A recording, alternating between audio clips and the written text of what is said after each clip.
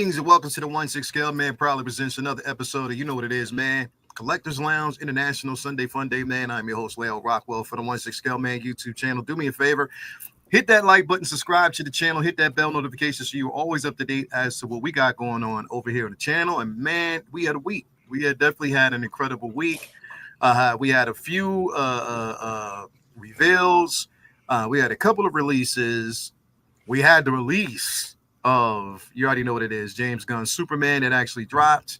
I know that's been taking the world by storm. We've seen some positive reviews. We've seen some mixed reviews. But other than that, it's still sitting at a high rating, highly enjoyable film. So definitely we'll, briefly talk about that here. Now, mind you, we might get into some spoiler territory because it has been a few days. Now, if you haven't seen it and you don't want to really talk about it, then this may not be where you want to be. We're not going to go deep into spoiler territory, but I think we'll probably just give our thoughts about it. Now, if you want to see the spoiler episode, the spoiler discussion tomorrow on Comic Book Talk with Friends, that's going to be, we're dedicating the entire show to that. No other discussions. Bang, we're just going right into it. We're going to be talking about Superman the entire episode. So, yeah, that's probably the episode that's going to be like really, really deep. I think we're going to probably have a special guest there too. We got a couple special guests that it is. Well, I'm trying to get X on there, man. I don't know how that's going. I'm trying to see if I get X on there. He ain't never been on Comic Book Talk with Friends. I understand why, but we're talking about the movie, so he's seen the movie. So I might actually have to get him on there because I think everybody gonna need some damn therapy after this show. Hey, but anyway. I got something to say about that, yo. I got something. Don't tempt me. Don't threaten me with a good time. But anyway, man, we're gonna get into that in just a few moments. Let me bring this incredible. Yeah, that's crazy. If y'all see what I just see, both Mandy and Agent Silver Fox simultaneously picked up their cup, drank whatever it was, and put it down at the same damn time, got back and adjusted themselves the same fucking way. Wow. Anyway, damn. Mandy, what's going on with you? How you doing? Hello, how's it going? Let's take these off for a minute because we're not looking at anything specifically. We're just oh gosh, it's hot here today. I've got a cup of tea, but I don't think I'm touching that. I'm just going to stick with the Diet Coke. All is well. All is well. I'm looking forward to today's show, and having seen Superman, I can join in. Yeah. Hey. So definitely we're gonna have a discussion about that. So thank you for being here as always. Thank you for having me. We got Prop Wiz in the building. What's going on with you, bro? How you doing, man? Yo, I'm in here, bro. I just want to tell the audience, I already told you guys, but I have a stack of cookies here that will be eaten. You're probably asking yourself, why would I tell you that? Because I'm a Cookie Monster fan. So when I eat the cookies, it just goes everywhere. It's wild stuff, yo. Number two, I do want to point out, first of all, glad to be here with you guys. Tomorrow, I don't think you did it justice, yo. It's going to be wrestling match level. Yeah, whatever. It's going to be an event tomorrow, and I want to say I need X because I'm aware. I'm not telling what everybody's opinion is, but because I've read everybody's reviews on Facebook, I know that the odds are stacked against me. I feel like it's going to be me against four other people. Because you got to guess. I heard you allowed him to invite a guest to stack one more against me. No, I need X, man. That's why I need X, we bring in. That's why, like I said, we're gonna try to, I'll see what I got in the budget to get X on here, bro. All right, I gotta check the budget. Do it. I'm not scared. I'm just saying, just a little. You know what I'm saying? Expensive motherfucker, bro. So I got to basically just make sure that I got enough in the expense packet box.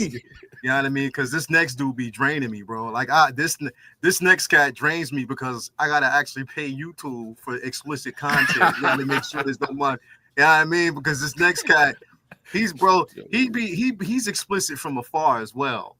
You know what I mean? Like you can't escape this motherfucker, bro. I couldn't escape him last week. We ain't gonna get to that discussion, man. Well, anyway, you already know who it is, man. We got the one and only Agent Silver Fox in the building, man. What's going on with you, bro? Hey, I am all good. All good. Yeah. So Slightly tanned coming back from Dubai. Slightly. Safe. Slightly? So Yeah, slightly. Slightly? I know I do look red, but I'm not red. In fact, I probably look a bit orange like Donald Trump. Please take that back. That's I would say it's more like more Oompa Loompa than, Yeah, than please anything else. take that back. I'm not condoning. but the big man Please take that back. So yeah, all good. I finally got my fusion reactors Wonder Woman Lasso of Truth fitted. It's been in its box for many months. So Ooh, okay. and it's honestly really good. Well, I can't move my camera, and I can't obviously bring down the figure because it's all thingy. But I don't. Oh, Ooh. that looks so good. Nice. So good. Well lit too, bro. Well lit. Beautiful. It's really good. So I've just got my last fusion reactors, Darth Maul's one to fit. Ooh. So, Yeah. yeah. So yeah, it's all good. Oh yeah, and got that bad boy in last Well, week. Is that Sahano? Yes, Okay. beautiful figure. Yeah, it looks like mine. Well, again, I gotta wait until Underground gets theirs, and then I'll know when it's coming. But yeah, I can't wait. Definitely can't wait. It definitely looks incredible, man, for real. But yeah, man, thanks for being here as well. Yeah, I already told you about the sandwich story last week. I ain't got to reiterate on that one, man. Yeah, that fucking sandwich, man. Anyway, we ain't gonna talk about that. Anyway, man, thanks for being here, bro, as always. Next up, we got the one and only Press X for Continue, the therapist. What's going on, bro? Well, let's just say Rhonda ain't got a motor in the back of her Honda. I don't know why, but I woke up this morning. I chose nonsense when I woke up this morning. I was thinking, I was thinking about body positivity, and I was just like, Sir Mix-a-Lot was really ahead of his time. Yeah, he was. In terms of body positivity. Yeah, he was. And so I was thinking about that as I was cleaning, and I was using a Mr. Clean Magic Eraser, and I'm like, this thing is amazing. But then, as you use it, it just begins to crumble and disintegrate, and eventually you have to, you can't use it anymore. I'm like, this is a metaphor for life. Oh my gosh. And then that's when I sat down and I realized this is the reason why I don't do drugs, because I'm already there. I'm already. I was like, this magic eraser is a metaphor for life. Yeah. But no, thank you so much for having me on. It's been a fun weekend. I've been going back and watching a lot of DC goodness. Last night I watched 78 Superman, and then I watched 89 Batman. Okay. And I went to bed quite happy. So I understand we're going to be talking about men who may or may not be super on this show today and perhaps tomorrow. And there may be some feelings on it. I have some feelings, and I'm curious to see what y'all think about the man who may or may not be super. I'm listening to you. May not be. He's what side are you on? I want to send. See, that's the interesting thing. I don't know where he's at, so I need to take back my invitations. I need for sure. You mentioned something very, very interesting, where it's like, what side are you on? And that when you go online and you're looking at the discourse, that's the way it seems. It's like, what side? You have to pick a side. You're absolutely right. You don't have to. It's not even that great of a divide, but it looks that way. It looks that way, but I have a feeling it's not that way. I really, really do think it's not this or that, but that's just what we see. You don't see this or that. Much like politics, much like everything else, it's like it's this or that. The stuff in the middle, the people in the middle are just fine. Yeah. It's the people on either side that have to be heard. See, and I'm that middle person. The loudest. I'm that middle person. That's me. Yeah. I'm just the middle person, like where I can see from both sides. I highly enjoyed the film, but I just had to be subjectively honest about it. No, and I mean, that's basically where I was. And I'll explain that more, not even have to really explain, but I'll go into detail more than that, somewhat today, but then tomorrow as well. But yeah, man, I'm talking to you, but I'm actually looking behind you because I'm looking at the display and how everything is like lit up. You have, the carbon freezing chamber. You have Han's cased in carbonite, the flashing light on the side, and then also Vader. I'm just looking around at everything, bro, and I'm like, damn, I need to step my damn game up, bro, and start getting these. I need to, bro. I haven't gotten one single CCFL yet, bro, or any type of, you know what I mean, nothing. So, or fusion reactor. Yeah. I Fusion have reactors is where it's at. Like Yeah. fusion reactors, that changed everything. So now, like 000 is next when it comes to being lit up. Like I have a rule where if it lights up, it needs to light up.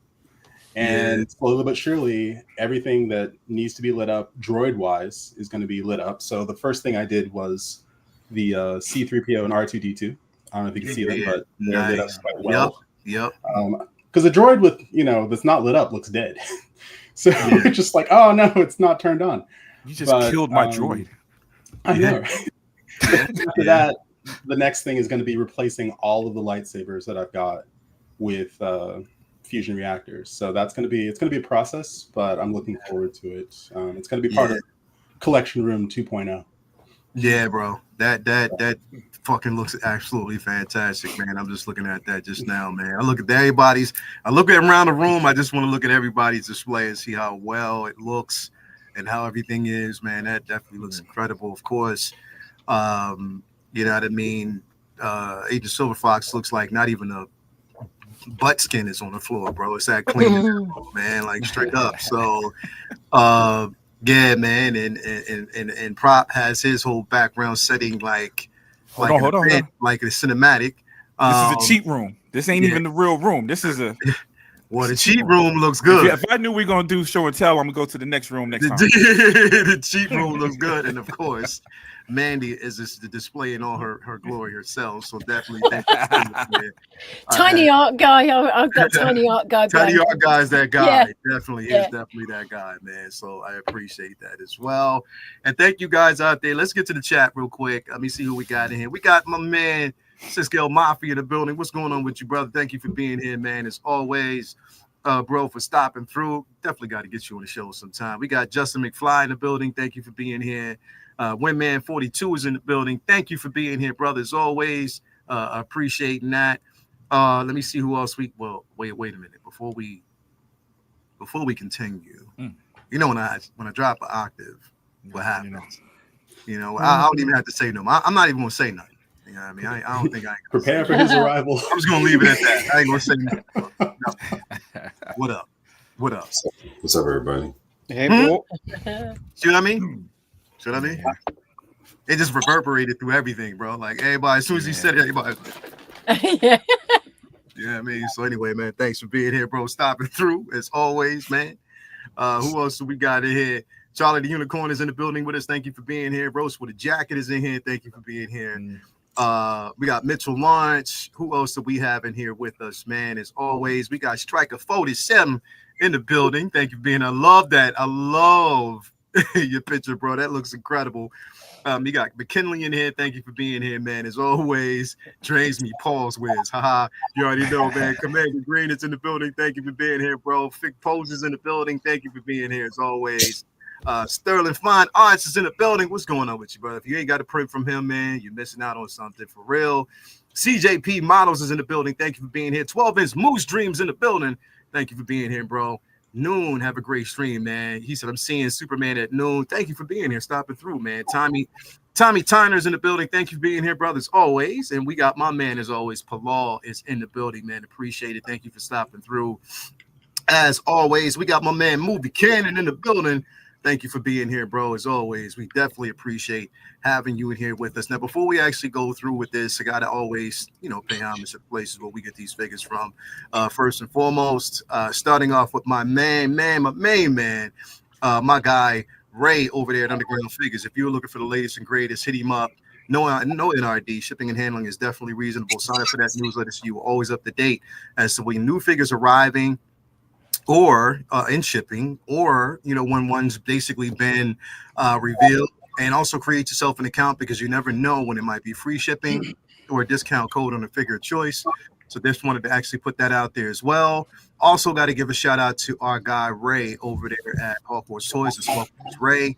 Again, if you're looking for the latest and greatest, we call him Cool Water Ray. He'll find anything you're looking for. You get that figure, comic book stickers, the works, proud sponsor of everything that's going over there at Figure Flex Friday. So definitely hit him up. He'll take care of you as he always does. Also, we got to give a shout out to our guy Jacob over there at Comic Relief Comic Collectibles. Again, it's not just about the figures, but it's also about the source material, comics. That's what it's all about. Physical media. Hit him up. And again, we got that Fantastic Four movie that I cannot wait for in a few weeks here, man. It's definitely going to be an incredible watch. So just want to put that out there. Thank you for stopping through as always, bro, and being a part of this community. And also, we got to give a shout out to Brian Wong over there at Modulcase Modu Space. Again, I have the mono, but you can get a display option, your choice. Just go through. He'll show you everything. Hit him up. Tell him I sent you, and he got you. And last but definitely not least, got to give a super duper shout out to our very own Tina Cruz, and of course El Diluvio over there making dreams come true with basically taking your figure experience from here to here as she always does. So definitely want to give her a super duper shout out as always. Yeah, man. So we got lots to talk about here. We got a lot to kind of go into. Things to cover, things that were introduced last week. But one that came up quickly, we're going to kind of go into, because I know, at least one person on here that's super duper excited about this. And again, we got the No Time to Die Commander outfit, James Bond 07. Now, this, when we talk about it, because we had a discussion about this on Thursday, and I think, there were a few people that were like, okay, it looks good, but when are we going to get more from this line? Not just from No Time to Die, but from the line in general. Now, it's smart for them to start with this version of James Bond because it's the most recognizable right now, especially how long he's been playing it. Daniel Craig's been playing this for so long. It's, definitely one that you would start with and then probably work yourself backwards and start giving us some of the classic ones. So that's, again, from a business sense, I think that makes the most sense. You know what I mean? So I'll say that right off the rip. But yeah, I think it looks good. Definitely the tailoring on this is great. The head sculpt, the Daniel Craig head sculpt as well. Moss keeps saying it looks like Putin, which is that's absolutely insane, bro. When he said it, I was like, damn, stop, man, stop. But I love the, definitely the weathering on it. The one critique that I actually had about the sculpt, and maybe it's just me, and I'll see it once somebody actually gives us production photos and we get some of the blogger photos, or, some of us actually getting, is the head sculpt's dope. The paint applications, I would have wanted to see a few more nicks and cuts around where the blood area is, just to kind of make it a bit more believable instead of it just looking like it was just splashed on his, you know what I mean? Not saying it does.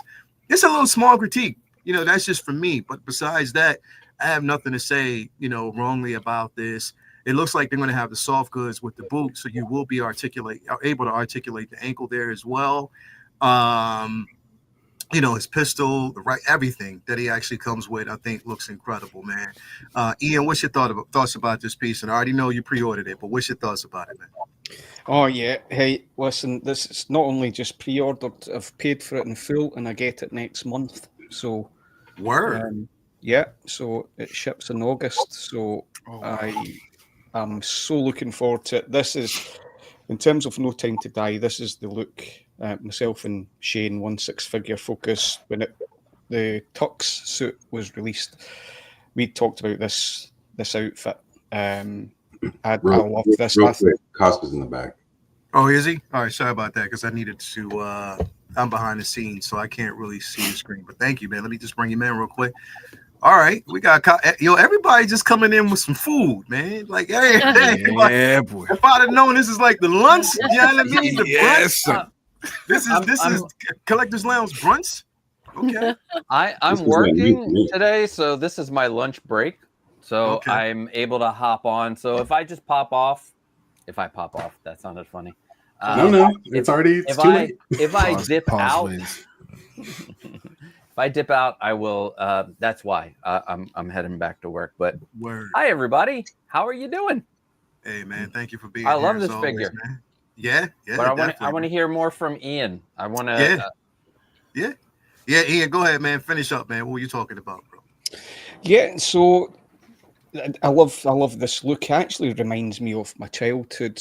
Not to the same quality, but if you remember the Action Men, Eagle Eyes, all that stuff. I had the commando outfit. I just love this look. I think the soft goods are fantastic. The Henley undershirt, the bloodstain. It was more than what I ever thought we would get for this type of figure. It's got so many options. The detail on the guns is phenomenal. When you look at what we've had from John Wick, this is next level. If you look at the detail, it's exceptional. It's exactly the same head sculpt as the Tux version, but the paint app's better, in my opinion. I absolutely love this. Cannot wait, and I can't believe that there's going to be a limited run that will ship next month. So does that mean these are the actual photos of the figure rather than just the prototype? Yeah. Ah. So I've seen some videos, and it looks great. It really does look great. Some of the photos on this are a bit off. I think the lighting's really poor. But for me, it's a no-brainer. I don't want them to be really releasing too much because I'll get everything from Bond, everything. So they need to spread it out. Otherwise, I'll be going down the docks. Again. I know. Hey. Definitely. Man, no, hey, I love it. I absolutely love this figure. So definitely, man, definitely. Mandy, and before I actually get to you, Mandy, really quick, because I got to acknowledge this earlier. We got a $10 super chat. My man, Nordine, hello, all. Thanks for your channel. I watched Superman, and I really enjoyed it. I haven't seen a movie in the cinema since Endgame and have never seen a DC film in the cinema. Ooh, congrats, man. I hope you had a phenomenal time. Plain and simple. Definitely. Yeah, it's one that's out that is kind of taking the world by storm. So thank you for the the $10 super chat. Do appreciate that. Mandy, what's your thoughts about this figure? I'm on the periphery of Bond all the time. Sorry, Ian. I mean, I do enjoy a Bond film at the cinema. It's always exciting.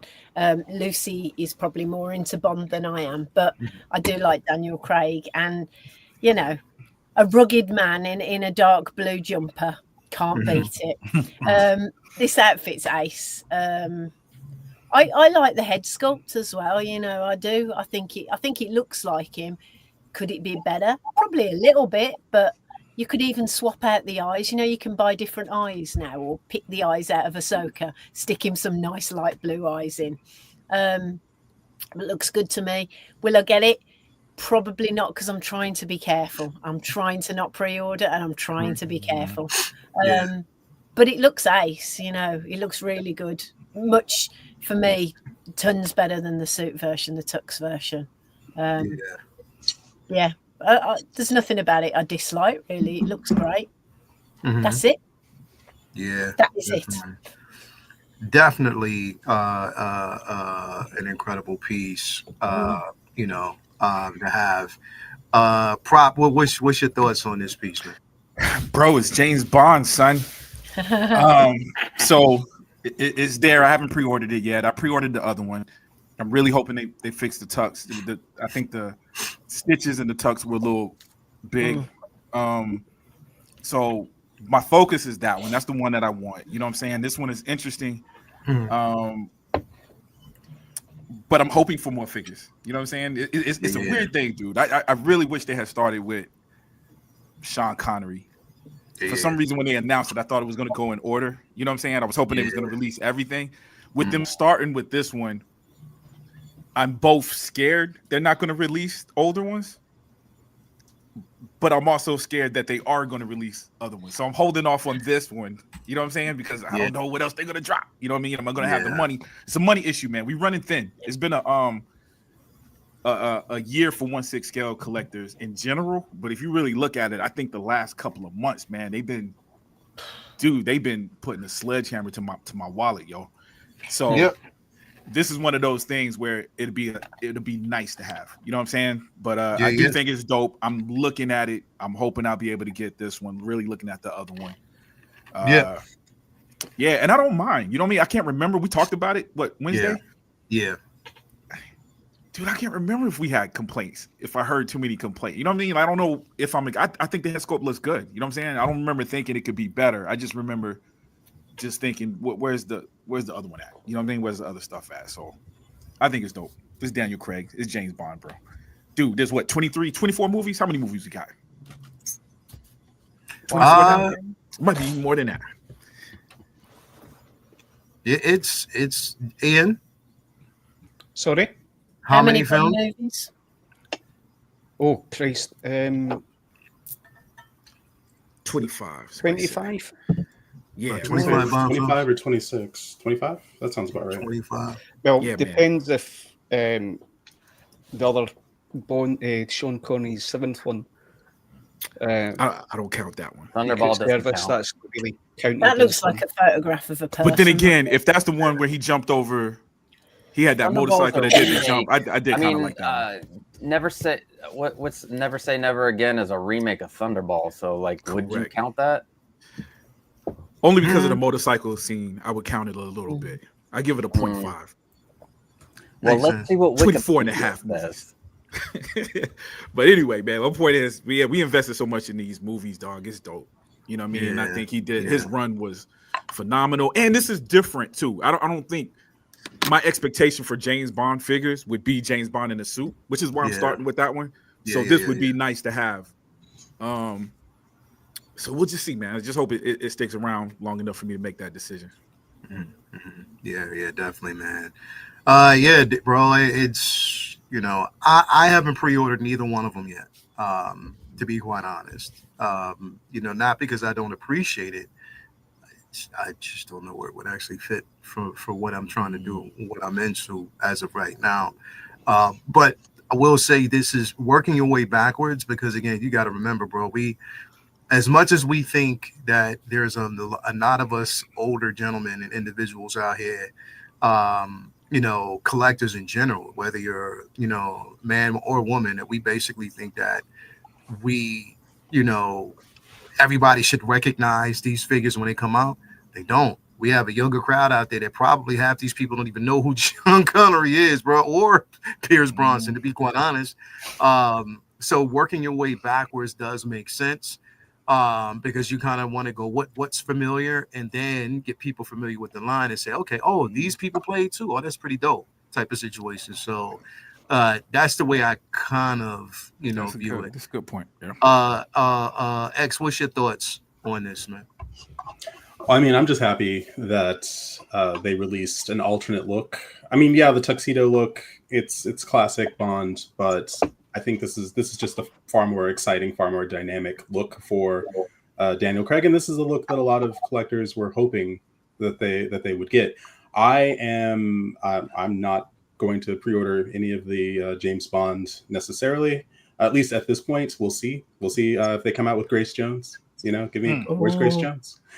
If you start going down that, then who knows? Maybe I'll cherry pick the ones that I want. It's just there are so many characters and so many films to pick from that this would be a collection unto itself, you know. And especially if they started doing vehicles, like just imagine that. Like again, you could have quite the collection, and it could just be James Bond, just like you could have just a Star Wars collection or just a DC collection. Or just a Marvel collection, because there's just that much out there. I'm excited that they're doing things that aren't DC, that aren't Marvel, that aren't Star Wars, that they're going into these other lines, because there are other fandoms out there that do need some love, and this is, you know, doing just that. So I definitely appreciate them doing this sort of thing, and this is a much more exciting figure than the other one, but I'm excited to see where they take it from here. I hope they just run with it. Yeah, definitely. Before we continue, we got Brandon Salad in here who says, I still need to see a Bond film. This figure looks fantastic. Hello, people. I added that because I can just hear him saying that. That's how smooth he is. No, do it again in Scottish. I can't. I'm not gonna lie, I can't. I'm not even gonna make myself look like an idiot. I can't. I tried and I can't. We got Sheila Norfleet in the building as well. She says, "Hello, panel. What's up? Press X to continue." Hi, As Mom. well. Love you. He really wanted to say, "Mommy." Definitely thanks. He said every time, man. Every time. So definitely thank you for being here. Let me get the pop culture first, man, because like I said, I never know when he's going to basically dip out real quick because he, lunch and everything. What's going on? I might have a guest host with my camera gone. I have to go back to work, but maybe a guest host will come in later. Okay. I don't know. We'll see. I love Bond. Like Bond, I'm not from the UK, but I feel like I love Bond as much as Ian does. It was a big part of growing up and it's all started with Roger Moore for me because that's my age. But when I went to college, I had a friend who would just talk Bond right all the time. So I bought at that point on VHS, the first the Sean Connery collection came out, and I just wore those tapes out. Like I just love those. And then you move on and just, I like all the Bonds, right? There are good movies, there are bad movies, there are better Bonds, but I still enjoy every single one. I'm excited for this. I think they're doing No Time to Die. Maybe Amazon is telling them that that's the one they have to start with. Yeah. Also, and looking at Big Chief Studios' old stuff, this is much better looking. And I don't think they will be able to because they have a lot of other properties that they make figures for. But like Big Chief went down. They got villains. We got I'm looking. I believe it looks like they even had a solitaire. They had just Goldfinger. I would love an art Goldfinger. My brain is like, I like this look much better than the tux because I see the tux every time. And if you look at Big Chief stuff, he's wearing a tux. There's one Sean Connery outfit where they gave him the gray suit, which I would love to have him in a nice suit. But I wish this wasn't coming out so soon because on, like Ian said, this is coming out like next month and it's slated for the next quarter or the next 2 quarters if you go to Hot Toys' website. So much going on, so much. I want this. I don't know if I can get it because of everything else that's happening. But that's why at least I'm going to get the tux version. But this is great because it's action poses. It's just so many things you can do more with this one than you can do with the tux one. The tux is more iconic, but this is I love this. I love the battle damageness to it. So give me more. Hopefully we get some bad guys. Hopefully they're allowed to go back into the other lines. I don't know. Maybe they don't even have time to do that with all the other stuff that they're doing.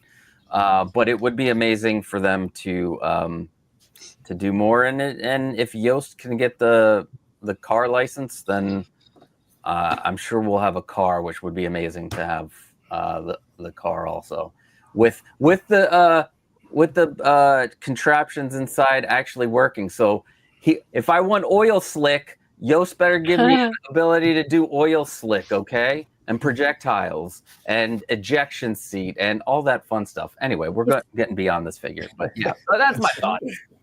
Those are my thoughts. Yeah. do you know some people? Excuse me. Some people were saying, bring on all the Bond girls. That's dangerous because there's over 70 Bond girls. No way. Yeah. Yeah. Ursula Andress would be nice with a nice little sea diorama, just walking out of the water. I always remember that as a kid. It's like that. Also, Maz needs to get his glasses fixed. It's not that much like Putin. Let's be real here. It's the sweater, bro. I guess. No, you would have to have your shirt off. Putin's You're right. with his shirt on the whole time. You're right. You're right. Yeah. You're right. Yeah. Calvin, what you think about this piece, bro? Short and sweet, dope, ain't getting it. That's it. Moving on. That's it. That was definitely short and sweet. Let's actually tackle this one right here as well, so we can get through these. Of course, we got the release of Anakin, which is now finally the last figure from this line, that we, have seen yet from Ahsoka. So they've released everything. Actually, the turnover for these came quick. I think this is definitely faster than the way it was treated with Endgame. Like they got these figures out super, super quick. I almost feel like they got them out quicker than even Mandalorian. These things came out extremely quick. But I know a lot of people were excited about that to finally see this Anakin. And Mandy, what's your thoughts on this? I love him. I love soft face Anakin. Look at him. Oh, he's so cute. when he was first announced and people going, oh, it looks like it's like, oh, I don't want to see this. I want to see this. It's nice. It's nice to have a different expression. I mean, you can't really do fighting poses with that face, can you? It's like, oh, do I really have to? But he's just lovely. I can't wait. I'm picking him up this week. And then I'm going away for a few days, so I might take him on holiday because I love him that much. I really like the tailoring. I like the and I've got the old Clone Wars and the staff, but I much prefer this. I prefer the proportions. Just everything about it is much improved. What has there been, like 15 figures in the Ahsoka line, haven't there? 15. Yeah. I've got 10 of them.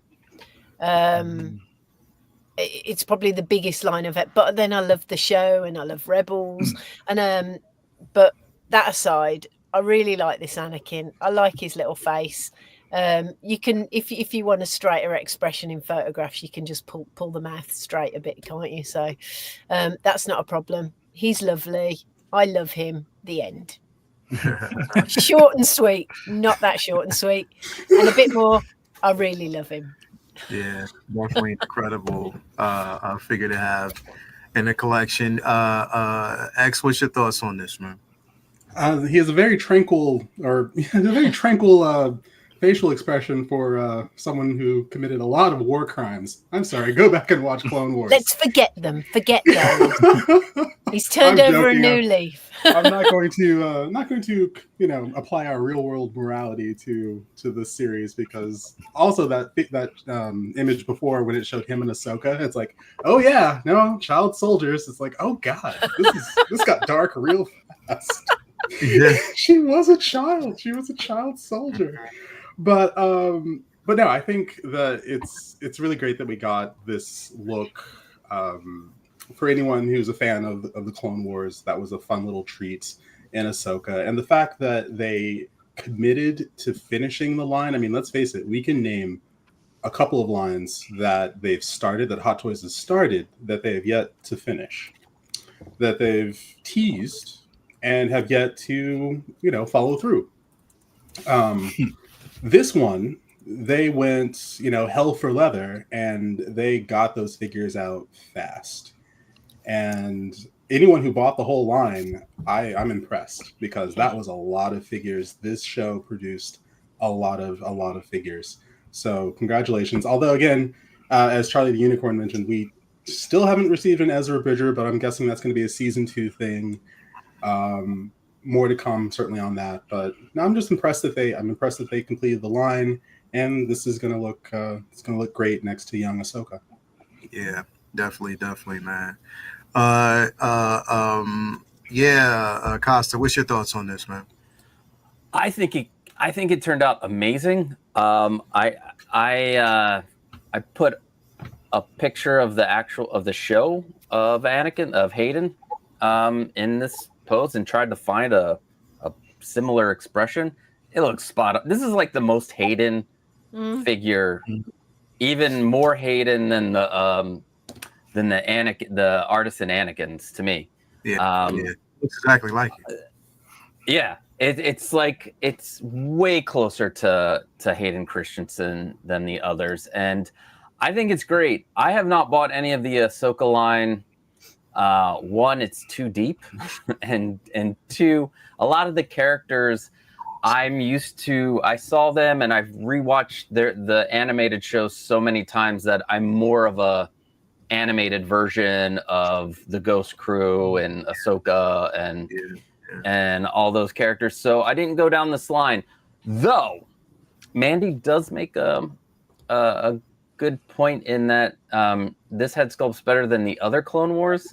So I might go grab the head and put it on my Clone Wars Anakin, and just get the head, and I think that would be great because he could look like he's in this picture. To me, is like, oh, did I do something bad? I hope they don't find out. Like, oops, I killed them all. I just killed a bunch of every single one of them, and not just the men, the women and the children too. Yeah, but I will say, if you put the eyes in a certain spot and have it angled a certain way, you can get some pretty good like expressions, even though this is like very soft. There are different looks you can really get by moving the eyes and tilting and having his body in a certain way. So like this looks different. He's like, oh, let's let the fun begin. Let's go. It's really, here's the thing, like the reason why I never had any problems with this expression is pretty much everybody who watched the series enjoyed episode 5. They loved it. This is the entire expression he had, aside from what we saw once he became Vader. You know what I mean? Or what he became. That was the same damn expression that he had majority of the actual show. So they're completely accurate with his expression. I just think that people don't really like, you know what I mean, having a happy-go-lucky Anakin in your collection. Remember, like, he's evolved at this particular point, even as a Force Ghost. You know what I mean? Balance to him, he was definitely the chosen one in that aspect. So he's fulfilled his destiny and who he is at this particular point as a teacher. So I can rate the hair is as well. That sculpt, it's great. They're really good at sculpting hair. So much that's against the artisan for me. Hot Toys nail the sculpted.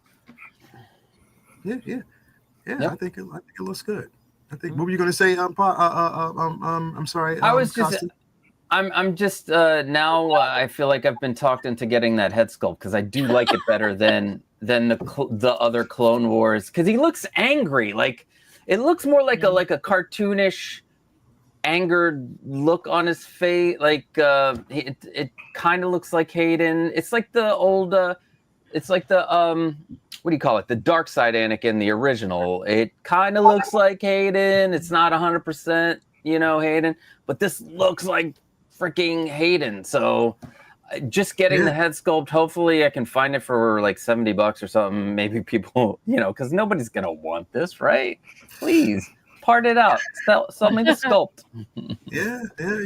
You might definitely see that. Calvin, is it going to be another short and sweet? Dope, ain't getting it. Short and sweet. Prop, what's your thoughts on this piece, man? Man, you know what? I think the head sculpt is dope. And it's different. You know what I'm saying? Very, very different. If you someone who has a bunch of Anakins, this is dope. I don't like the outfit. The outfit doesn't translate to live action as well as I wanted to. I liked it in context of the show. Like I was excited to see it in the show, but it just doesn't look as streamlined as it does on the show. Like I think even on the show, the armor pieces kind of separate a little bit. Like this just looks like something they just made real quick for the show to look like the cartoon. It doesn't quite translate for me. So that was my beef, man. I just didn't like the way the outfit. I love this outfit in the animated series. I just don't like it here. I got you. But I do think the head sculpt is super dope, though. Got you. Ian, what's your thoughts on this, man? Oh, right, okay. The expression, He loves it. Like super happy. Yes. the expression, it looks like he's relieved himself into his incontinence pants. Hold on. Before he continues, I take it back. I don't like the sculpt anymore. He convinced me. It's just a little bit odd. That's You so. think he's gone boom boom in his pants? That's what you think he's done? Oh yeah. Listen, but the quality of the sculpt is good. It's just the expression I find a little. It's very limiting what you can do with it. Like some of these poses just look silly to me with that expression. Yeah. It's not something I'm picking up. That being said, standing next to young Ahsoka, it does look good.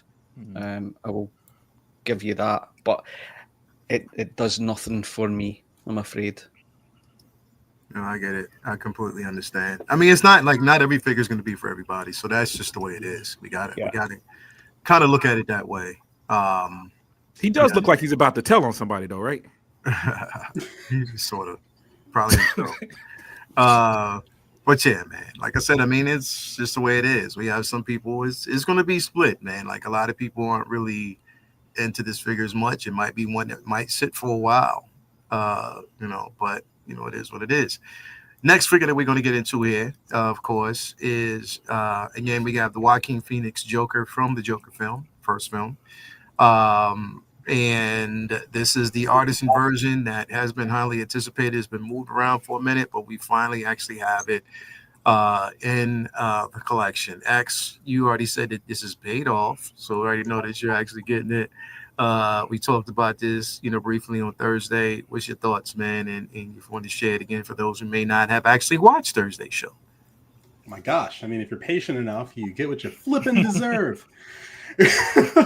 I love this look for this character because what InArt, and I said this before, that what InArt did with their 4-pack, it is art. What they did with that 4-pack, seeing that it is phenomenal. However, this is one of those characters, and I have every Joker with the exception of Jared Leto in my collection. I have Cesar Romero, I have Ledger, I have Nicholson, I have Hamill.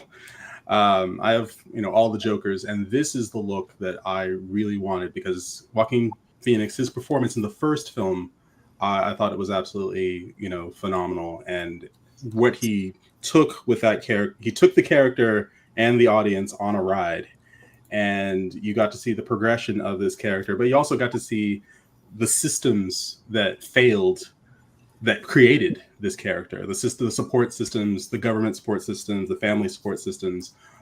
Gotham City created this character and unleashed it on its people. So you get what you deserve, and he gave them, what they deserved. And Hot Toys thankfully gave us what we deserve in this character, and that you're getting the full package for the price. That diorama base with the curtains and the lights and the chair. And the tailoring on this is the seamless wrist. I love it. I love everything about it. I've got to make some room for it in the collection because it's going to be, I have a feeling, pretty tall. But this is going to look great sitting next to my Heath Ledger InArt Joker. And it's just going to fill out my collection of my clown collection. So can't wait. Mm-hmm. There you go. There you go. Mandy, what's your thoughts on this? It looks really good. I thought the in-art 4-pack did, they blew me away. The closed eye head's got gorgeous. So, but I think if you were just getting one, this would be a perfect. This what, because you could only get the in-art in the 2 or the 4-pack, couldn't you? Is that right? Yeah. Yeah. Yeah, looks good. I watched the a couple of little videos on this as well, and the diorama looks fantastic. This film, I enjoyed the second film too. The first film, though, I remember coming out and just like going, "Oh, that was so good!" And then you always know if you love a film, don't you, when you have to buy it. The hair looks pretty good after what I said in the last one. Obviously my experience with Hot Toys and their rooting hair hasn't been the greatest, but yeah, this looks good. Am I getting it? No. Would I like it? I would quite like it, but clowns are a bit too scary anyway for me. But yeah, this is iconic. So if you've got this ordered and it's coming in, what a figure to be getting. Just brilliant. Although seeing this one and the in-art one, there's something about the body, or maybe it's just the posing with the in-art one against this. It looks a little bit more natural to me. I don't know whether it's the articulation or whether it's just how it's been posed for the photographs. But yeah, that's the only thing that I've noticed. I mean, that looks quite a natural pose, but some of them just like when you pose in your figure and the shoulders just look a little bit weird.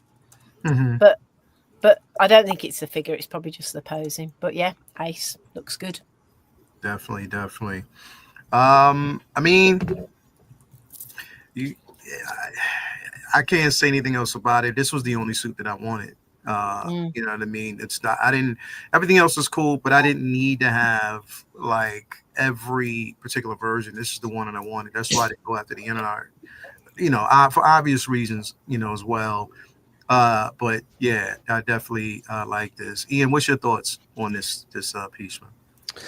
Yeah, it looks okay to me. I do have some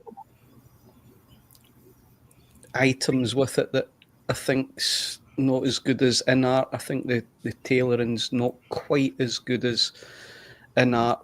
The head sculpt for me isn't as good because the wrinkles on his face are too prominent. It makes him look older from the images that I've seen. But in general, it looks good. The standout is the backdrop, not the diorama, because I've got an issue with that. The backdrop is fantastic. Where it's laid down is the part of the base that supports the chair doesn't meet well with the plastic standard, the large format base that they've just recycled. It looks out of place based on videos that I've seen. If I'm not getting this, I love both movies. I'm in the minority. I love the second movie, and I love this iteration of Joker. Bro, thank you for saying that, because I'm probably amongst the really small minority of individuals who actually enjoyed the second film for what it was, and mainly because of me taking myself out of expectation, but also looking at it through his eyes and how he would see the world, how psychotic certain things are to him. And at the same time, we got a glimpse from the first film. His way of escapism wasn't just doing what he was doing as far as becoming a clown, entertaining, and when that was stripped away, we knew that when he was under duress, even when he basically killed the individuals at with the train scene, the subway station, his way of making peace in his own head was to dance and hear song in his head. It was escapism for him. Song is a way for him to kind of communicate and be at peace. So I get that people didn't like the musical aspect of it, but I'm looking at it as more of an art type of enjoyment.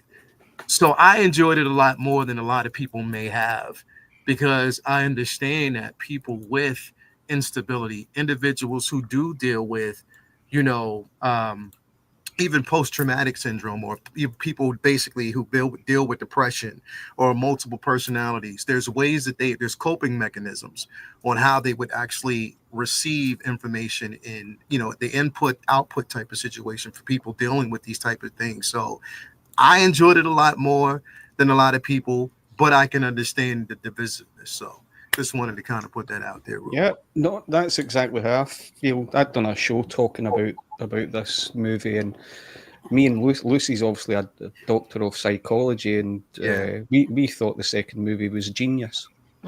So I just thought the parallels with the songs matched.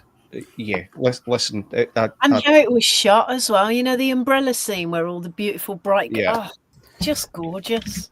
Yeah, it's and the music, just it was symbiotic to his madness.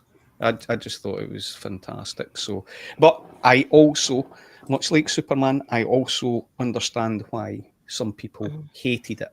Yeah. So, but yeah, I mean, figure.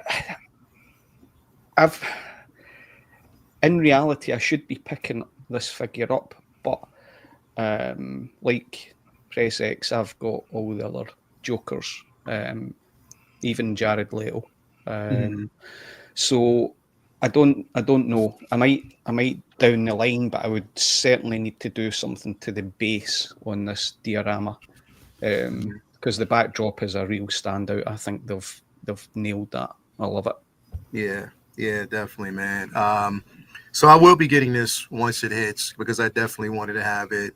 I love the Elseworld aspect of it. I definitely enjoyed the first film. You know what I mean? Phillips, you know, gives us his iteration, his interpretation, and I kind of enjoyed the attempt with this one. I can respect something that's completely different. Calvin, another short and sweet.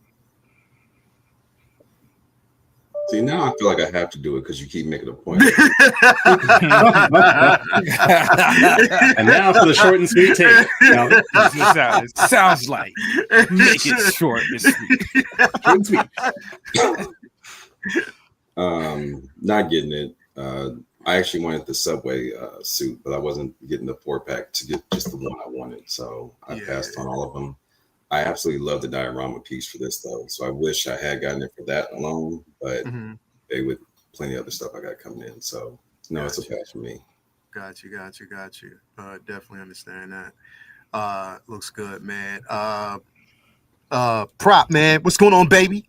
Man, you know what's up, man. Dude, every time I talk about a Joker figure from this movie, I always say I didn't like the first movie. I do want to tweak that. I just thought the movie was actually good. The reason that I don't like the movie is because of how well they showed what that man was going through, that it was just disturbing. Like, it was a real disturbing movie to me. Yeah. And I also thought about what you said about your collection. You know, I call this my bonus room.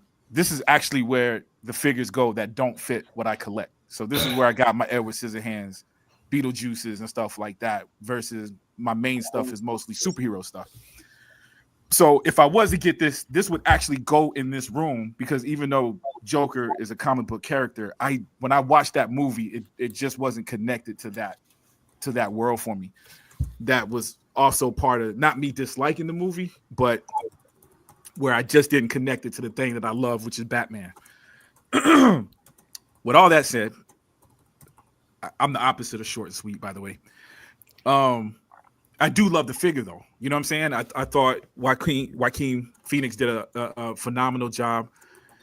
I liked especially the first movie. Admittedly, I haven't seen the second one, so I can't judge that one. But but the cinematography in the movie, Todd Phillips is actually one of my favorite directors. I'm a director dude, so directors is what bring me to the movie more than what most people is probably actors.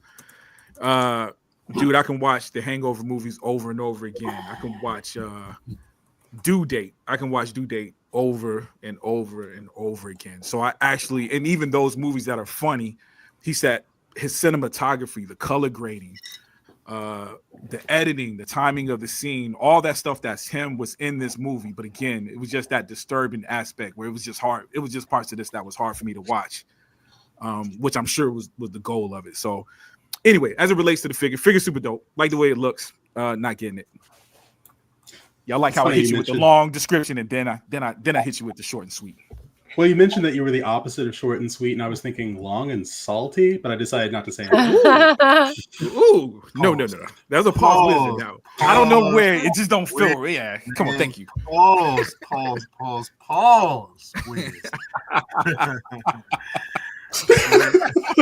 And now for the long and salty take. With Charlie, I know. Tall and sour. There we go. I like that.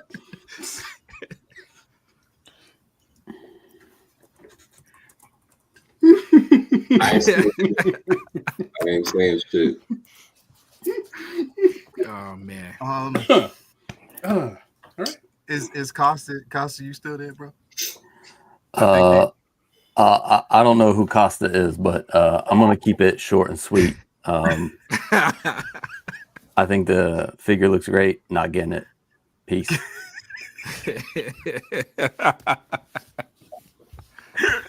You should just have a segment. They stole my idea, these motherfuckers. I wrote Joker. I wrote the first Joker, and damn it, they stole it from me. I made a third one where it was supposed to be a trilogy. Obviously, we're gonna name it Joker Menage a Trois. So let's and we're gonna make it an even bigger musical with action. Anyway, have a good day. Hey, that's pretty good. Well, thank you guys for your honest. Let's get to the next one. I'm trying to get through the releases because this last conversation that we're going to have here is going to take. I know Ian hit me up the other day. It was like, yo, we need to have this conversation. So I was like, all right, we'll do it. I'm still going to stay majority what I was going to talk about for tomorrow, but I was like, you know what, let's definitely have that discussion today. Because I don't want Silver Fox whooping my ass, when I see him in person again. So it's like, let me just. But I want to talk about this first before we get there, man. Joe Miller definitely released. I think it was like Friday afternoonish, I believe. And I guess it's not an exclusive, but it was labeled Sideshow Hot Toys, of course. And this is Joe Miller from The Last of Us, man. And again, it was met with controversy because a lot of people are like, yo, okay, we get this, but are we going to get Ellie as well? Which I hope we do. You know what I mean? It would be dope to have both. And honestly, myself, I wouldn't get this without Ellie, just to be quite honest, in my opinion. But I mean, it looks man, Pedro Pascal is going to have a hell of a year because he's getting a figure from this, definitely going to get a figure from Fantastic Four, and he's going to get a figure from Mandalorian. So it's like the Mandalorian film. So this man is going to be busy. You know what I mean? Definitely is going to be a busy dude next year and everything. But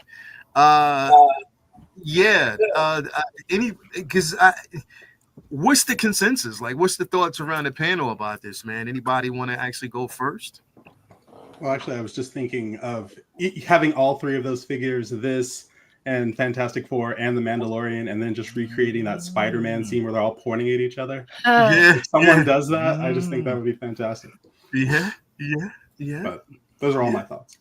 That's all you. No, if you had this, it would feel, for me, it would feel incomplete. Like, this feels like an incomplete announcement because where's the rest of it? Where are the clickers? Where's Ellie? Even if it had a clicker, it would still feel incomplete, because the story of The Last of Us isn't necessarily a story about Joel Miller. He's a part of it, a big part of it, but where's the rest of it? Yeah, you know what I mean? Like, Ellie is a huge part of the story. You know what I mean? More so that I believe her. But yeah, I don't know. Anybody else on the panel basically planning on picking this up? No, it'd be an easy one to kick bash, really, wouldn't it? Like, you could just use like the Mandalorian head sculpt. I know the hair's not quite right, but you know, you could kick bash this quite easy. It looks good, but yeah, like you say, just him on his own, unless they release more, it's just a bit like, yeah, good though. But yeah. Well, the head sculpt's fantastic. I think it's really good, and the soft goods also. I think they've done an exceptional job in this. Never picking this up, but I think this is a cracking figure. Yeah, hair looks good again. Gives me finally hope. Do facial hair. It's amazing.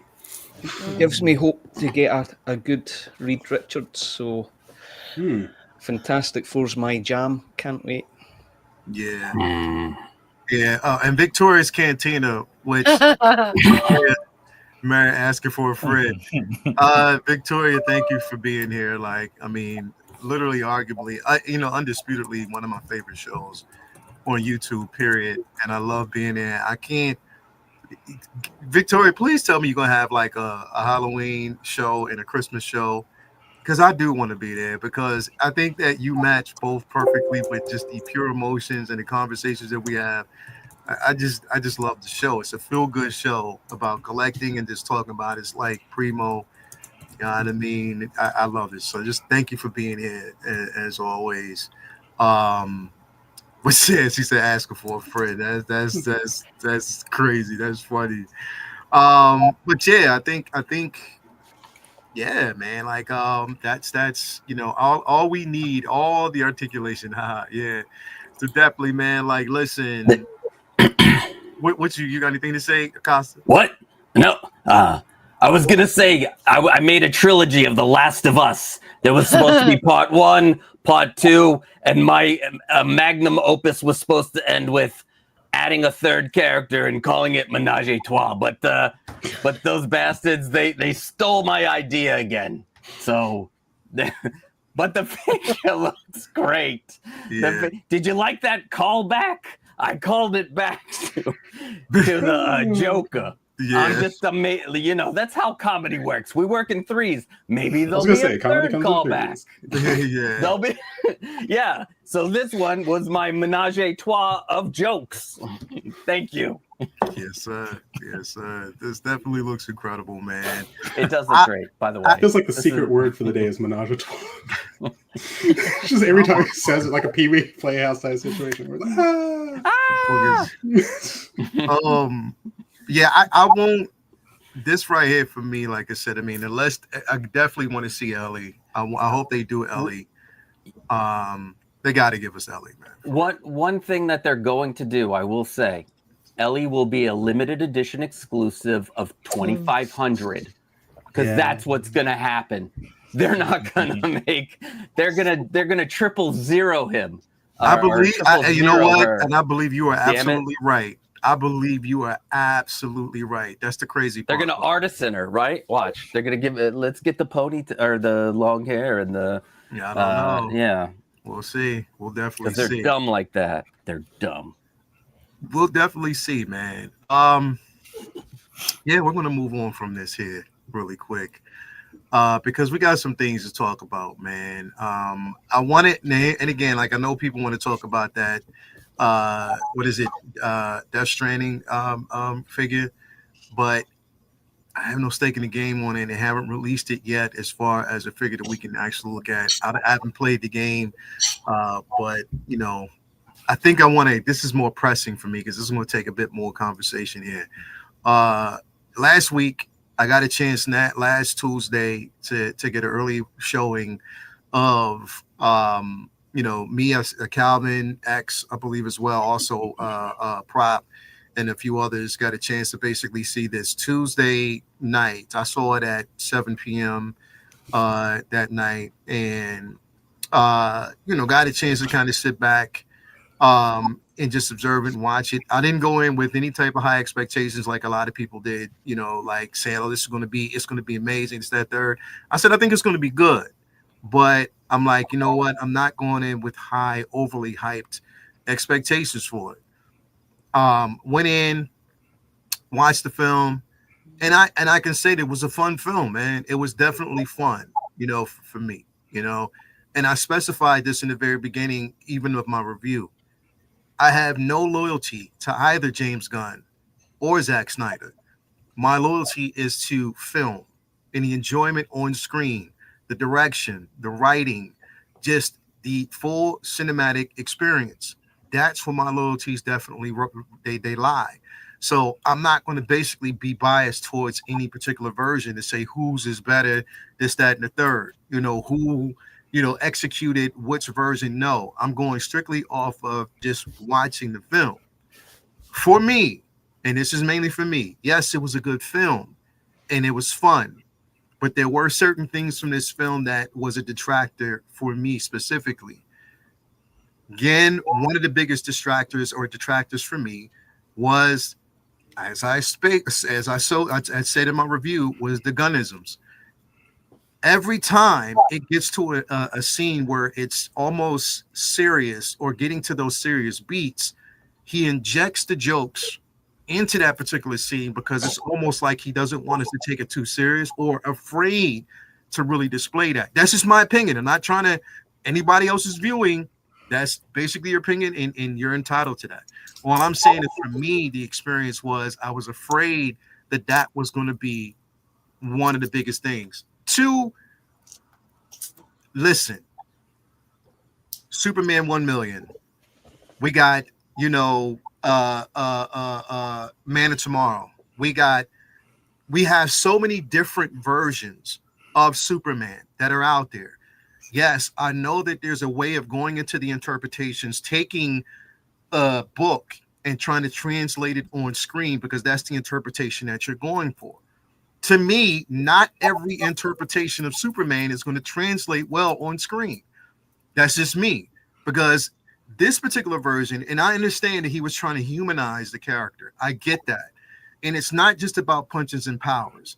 But in my opinion, it's not stripping away how powerful he is. It's the simple fact that Superman himself knows how powerful he is. He knows how strong he is. He knows basically if he slips up even one, whatever he does, the misuse of his powers can cause trillions or millions to die in deaths. He holds back, and he has a moral compass that he wants to do the right thing. That's what basically humanizes him more so, and he deals with the conflict internally. It's not stripping, and that's just me. That's my opinion. He was getting his ass whooped the entire film, up until like basically the third act. And in almost every scene or every time he was fighting, it was Crypto that had to come and save him, or he called. Even when he was in that digital pool, whatever, Crypto had to save him then. So that's the thing. It's like, yo, I get it. And I understand James Gunn's thinking in that aspect of it. And Crypto was a dope insertion in the film. I thought it was a cute dog. It helps for promoting the film. It's going to push it forward. This is my opinion. I just thought that, honing him down, that was just way too much to me. It was just reaching. A lot of people like Lex Luthor. I get that. They said that this is the best Lex Luthor that they've ever seen. I beg to differ. Rosenbaum is still a dope-ass Lex Luthor. Still. And this particular version of it, it was just like, for just it's one thing of being real mustache twirling type of character just to be that character. I know that there's motivation there, but come on, bro, literally come on, man. Like it was just sometimes in certain aspects of it, it was over the top for me. Even one scene that was kind of unbelievable is him basically walking through the Fortress of Solitude while everything is smashed in the ring. You not one spark, you're not superhuman, bro. That shit would have burnt the fuck out of my face if I'm walking through it. I'd be like, let me just wait until this shit settles down and walk through it. I'm watching that scene and I'm like, okay, that's not as believable, but it's film, it's enjoyment for a lot of people. I get it. Mr. Terrific stole the fucking show for me the entire film. Every scene that he was in, he owned it. He killed it. Guy Gardner's interpretation. I thought that I wasn't going to like Nathan Fillion as Guy Gardner, but he grew on me the entire time because he embodied everything there is to be an arrogant, pompous motherfucker that you can still depend on. That's what it was basically about. That's what I got. I love Metamorpho. Hawkgirl was completely underused. She was not used as she should have been. It should have been more screen time, more whatever. We didn't get that at all. I thought Lois Lane, I think Margot Kidder passed it to the right. The buck was passed to the right person. She killed it as Lois Lane. Like, that's the Lois Lane that I can say one of the dopest Lois Lanes that I've seen ever since Margot Kidder. I can definitely actually honestly say that. Even the engineer, I love the engineer because, again, you saw within her, she was still like kind of like questioning certain things, even with Lex Luthor. And I love that kind of balance that was actually there. Again, everything that we actually got from the film, from the supporting characters, it was good, but it was just minor things that didn't take the film to me to this excellent, this is the best film. No, it didn't take it to that for me. And I had to be honest as possible in my review. It was a spectacle. It was cinematically gorgeous to see. I think Corn Sweat as Superman, as basically as embodying what it is to be, he did a bang up job. I think himself as Superman was fucking incredible. I think he killed it. It was just how they executed him as Superman and him getting his ass whooped. And another thing is, if he's okay, we know that basically a lot of his powers come from the sun. It doesn't have to be just completely focused from the Fortress of Solitude, as him healing at that particular point. He normally just flies up, or basically he's getting the solar energy from just it being there in general.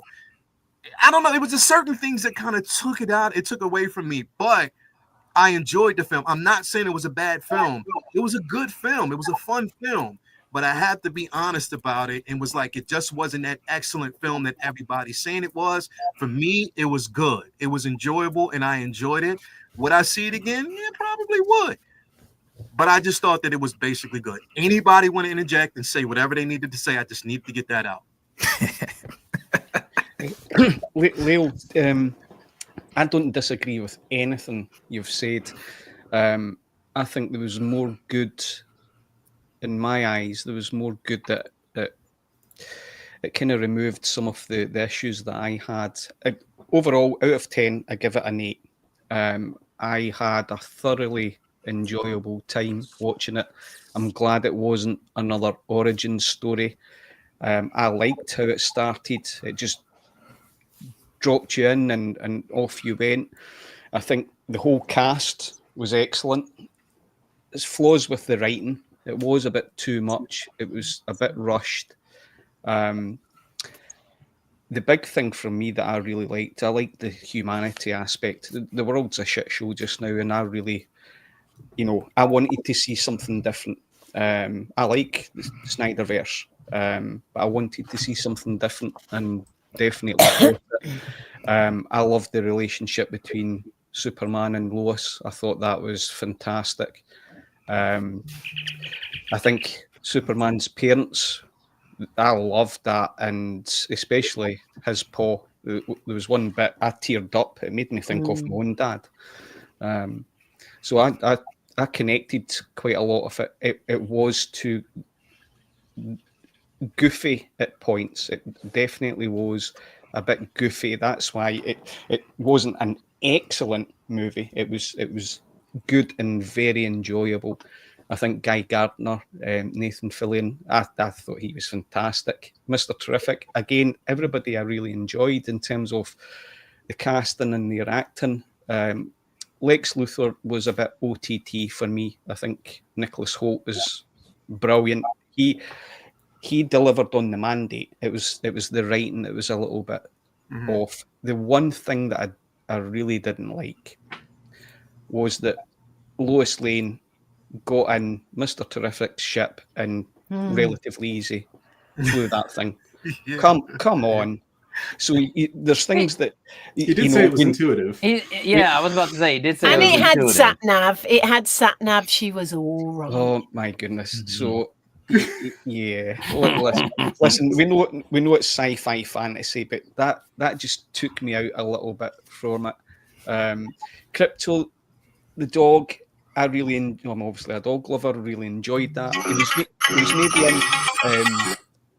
He was maybe in Props gotta one go. or two scenes Fight too crime. much for me. So from that, what I really liked and what I'm looking forward to, I like the interpretation of Supergirl. I like that she's a mess. I cannot wait for that. And I loved her look, and she's got a trench coat on. So I can't wait for that, because that's definitely I wanted something different and definitely got it. Trying not to spoil too much for people, but very enjoyable. Very enjoyable. Yeah. Wait. Yeah. Are we allowed to say spoilers or wait? I can't remember. Did you say? I said, I mean, there would probably be a few. I didn't spoil it. I was just talking about Well, I can't remember if you mentioned it, but I agree with all your stuff, the stuff that you said. Although I do enjoy Gunn's humor and stuff, so I'm like being, comedian, writer, whatever, and all that stuff. I do love how he does. It's not Thor 4 over the like. Even I hated Thor 4, so it's not Thor 4 over the top for me. Oh yeah, nah. But one of the things I hated, and I do not know if you brought it up, but was the backstory from the message, the second half of the message. I hated that. Yeah. I fucking hated that. Yeah. And I hope that they kept on saying it was real. So at first I thought it was fake, but they kept on confirming it. And I'm like, no, what are you doing? Not my guy, Jarrell. Not my guy. Like, what is going on? I love that aspect of it. Oh, I hated it. I loved it because it just goes to show it's like even as noble as you think your parents are, they can be assholes and they can be wrong. And but that's his not what parents I'm here on Earth were the used to. ones that actually pushed him in the right Raised direction. them. Yeah, I get it. I wept at the end. Trust me, I wept with the new message that I was watching and then listening to I'm a punk rocker, yes I am. And I'm just like, oh my God, real his parents, and because I'm part of a blended family here, and my kids from my wife's side, they lost their father when they were young. So I was, I get it. It just made me cry. And then the first mid-credit scene also made me cry because I was like, that's perfect. I want a poster. Yeah. Any other thoughts here? Well, man, I don't know if y'all. I feel like this is literally. It's a trap. This is literally, yeah. Listen, and this is going to be. Wait for it. Oh, you guys get to witness. This is going to be my villain origin story. I know it. I feel like the most of it's going to happen tomorrow. No, it's not. Go ahead, because bro. I'm going to tell you. And I've seen it twice. Me and the wifey's going. My wife hasn't seen it yet. We're going this evening to see it for the third time. Bro, I think this is the best superhero. I think this is the best superhero movie ever made. Okay. I think it's the best superhero movie ever made. I'm gonna tell you, and I'm probably still high on excitement, so I still gotta process it. So if I say something differently tomorrow, but in terms of a comic book, and people have said this, but this is the feeling I got when I was sitting there. It felt like I was. In fact, I didn't like it immediately either. Like it took me time to get used to the color grading, everything being in focus. I understand it was a Lycra. I forgot what the lens they used. It took me a little bit to get used to the look of it. Yeah. But damn, dude, it was a superhero. Like I walked out thinking every comic book fan was going to love this, and I was immediately proven wrong since I've been diving into the internet. But I thought it was the perfect superhero movie. And let me break that down too. I actually got to give you credit for this. So I'm saying this, but you actually put it in frame for me, which is every movie that I loved before this that's comic book related has been us being thrust, the comic book world being thrust into the real world. I think The Dark Knight is one of the best superhero movies. I love Man of Steel, but these movies to me were like, what if this character existed in the real world? This movie didn't, and every movie has done that to an extent. So there's some movies like Infinity War that was a little bit more, but of course we had to baby step even to that. If you go back to the early Marvel years, it wasn't like that. Iron Man had that real world feeling. This is why Iron Man exists in the real world. This was the first movie that I can remember superhero wise that it was like, nah, we're just gonna bring you into the superhero world. And it's hard for me not to, it takes me to a 5-year-old, I wanted to say 10-year-old, but probably like a 4 or 5-year-old me, all the way up until my 15 years, like this time and place when just seeing our heroes on screen was magical, but there was so much that was done that was this was the best they could do at this time. You know what I'm saying? Everything that I probably would have wanted then, I got in this movie. I got Superman flying away. I wanted him to fly, fight in the air the way I wanted him to fight. You got the hope. I'm watching it also through the lens of, ooh, Batman is going to be roasting this cat. Like I'm looking at this cornier version of Superman, seeing how it's going to fit in this world. Like I can't wait for this version of Superman to face Batman or just even have a conversation with Batman because of the contrast. Dude, it was a lot to it. And I saw my most disappointing thing in this movie. And by the way, I do like James Gunn movies too. So I am going in with a bias. I enjoy laughing. I can watch Ant-Man, who's not a James Gunn movie, but I can watch Ant-Man over and over again. I can watch all 3 Guardians. Or to me, if I had to choose between Infinity War and putting Guardians, I'm going to put Guardians in because I want to laugh as well as have that adventure. Even though I do think Infinity War is probably one of the better movies, you know what I'm saying? But I think James Gunn himself, his interviews, because even when I hear Leo, when I hear you say that he was underpowered, yes, we can see it in the trailers. We can see him get beat up. That's a fact, that he got beat up a lot in the movie. That is a fact. James Gunn, in an interview, was the one that said he was underpowered. I didn't see an underpowered Superman in the movie. I saw a Superman fighting. I don't know if I want to go that far. The person that was beating him up, to me, was equivalent to Superman fighting General Zod, in my opinion, which is equal.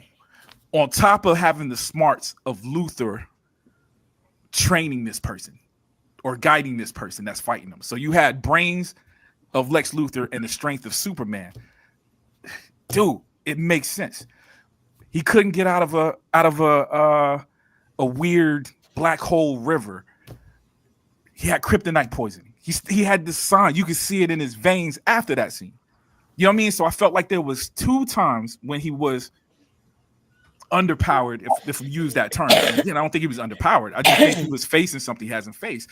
They had at the beginning the words. It actually literally said, it didn't say we think he's the most powerful. It said the most powerful metahuman at the beginning. That's how they described him at the beginning with words. So it's like the only person that said otherwise is James Gunn in an interview where he said, yeah, my Superman's not going to be overpowered. You know what I mean? But I just don't think the movie reflect that, dude. I feel like he pulled a Jedi mind trick on y'all.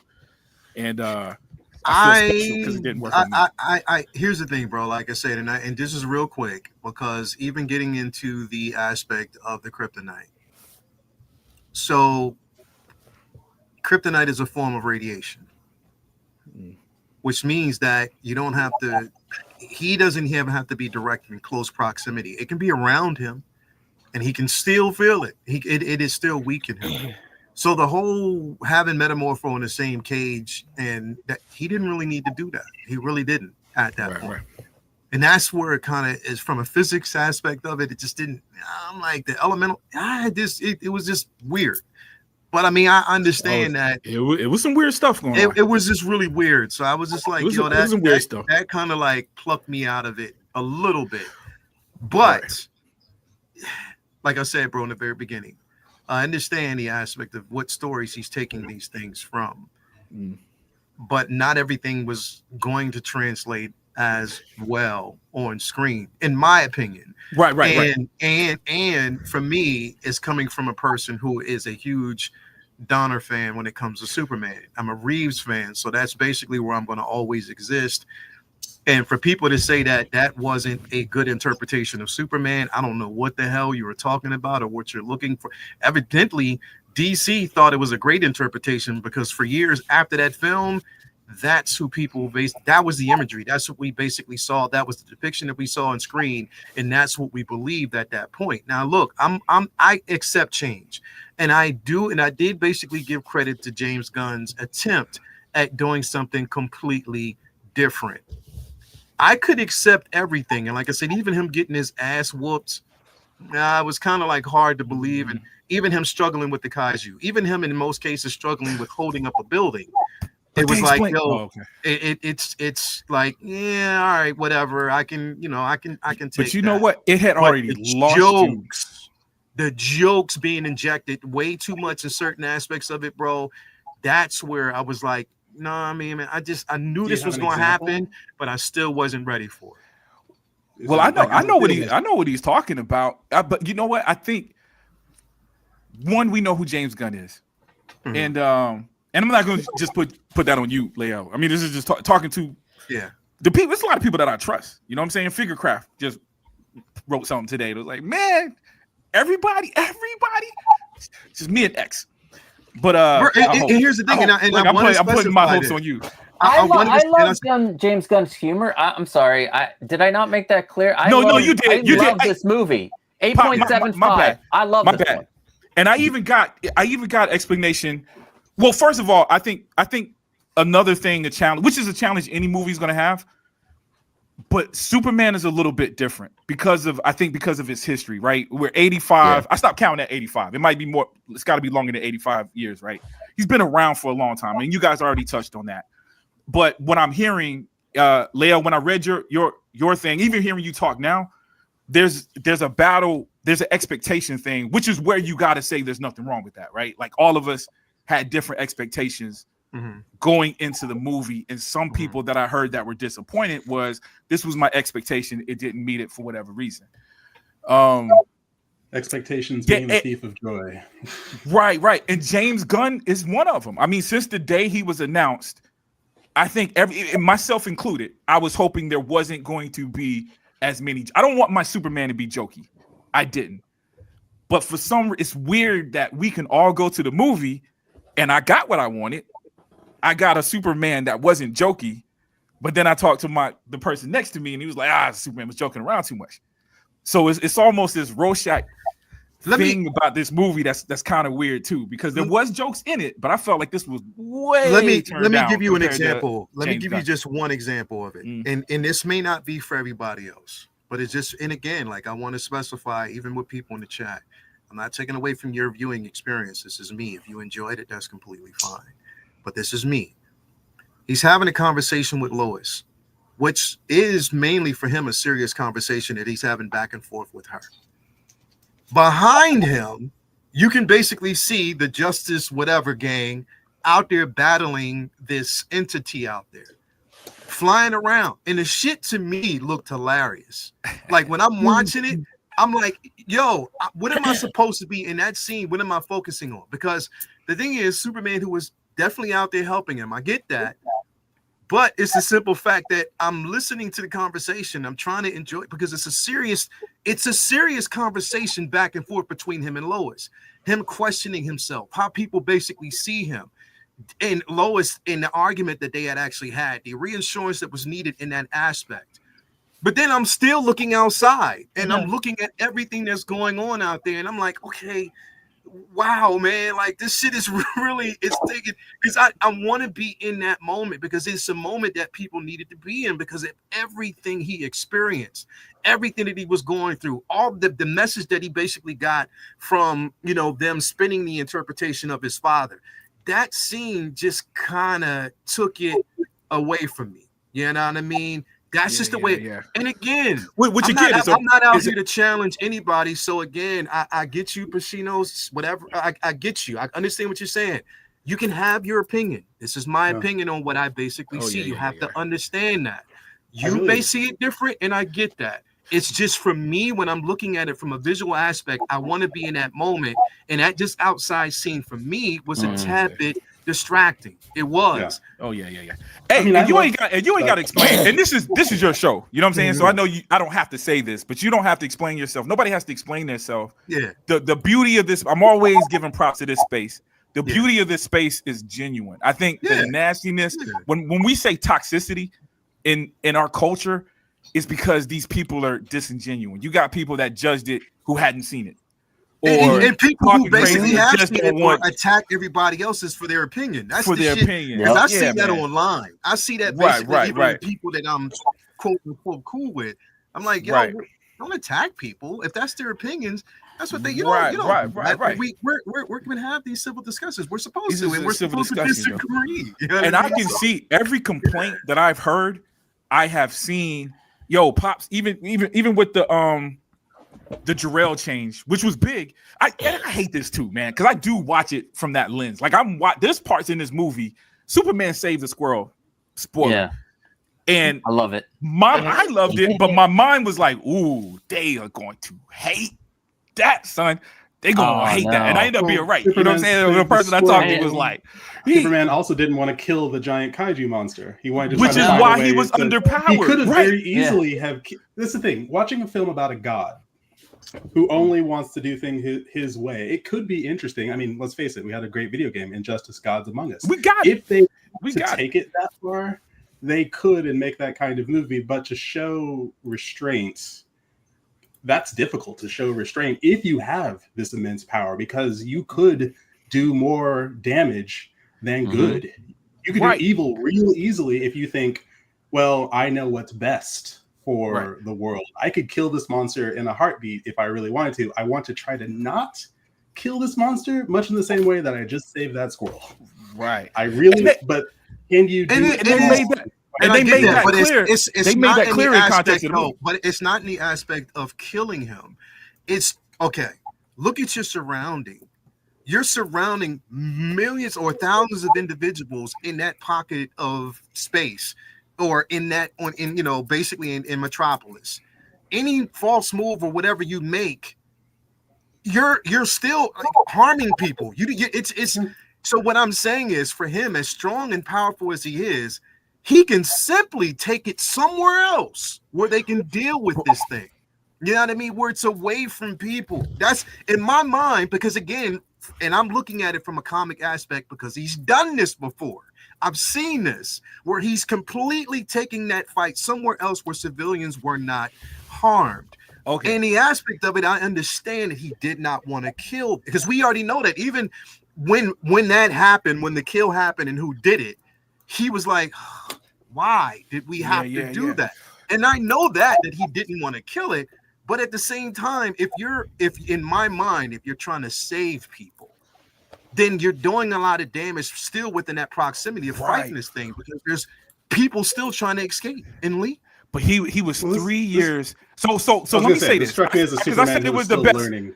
Yeah. I say it was the best Superman, right? So let me tweak that already on air. I'm already going to tweak it. Let me tell you what. I haven't posted my review. I'm cheating. I'm going to tell you, I got a review being posted tonight. I gave it an 8 out of 10. All right. If I say it's perfect, it should be 10 out of 10. It's not a 10 out of 10 because I felt like the movie had room to grow. I think it was good. I'm hard pressed to find out what was wrong with it, but I gave the movie the rating based even off of Superman. This was a Superman, even in character, that still had room to grow. They said he had been Superman for 3 years, and the movie itself is about choice. Now, I say the movie was well written. I think the movie was phenomenally written. I'm hesitating now because some of the complaints that I'm hearing from people I trust is I missed this part.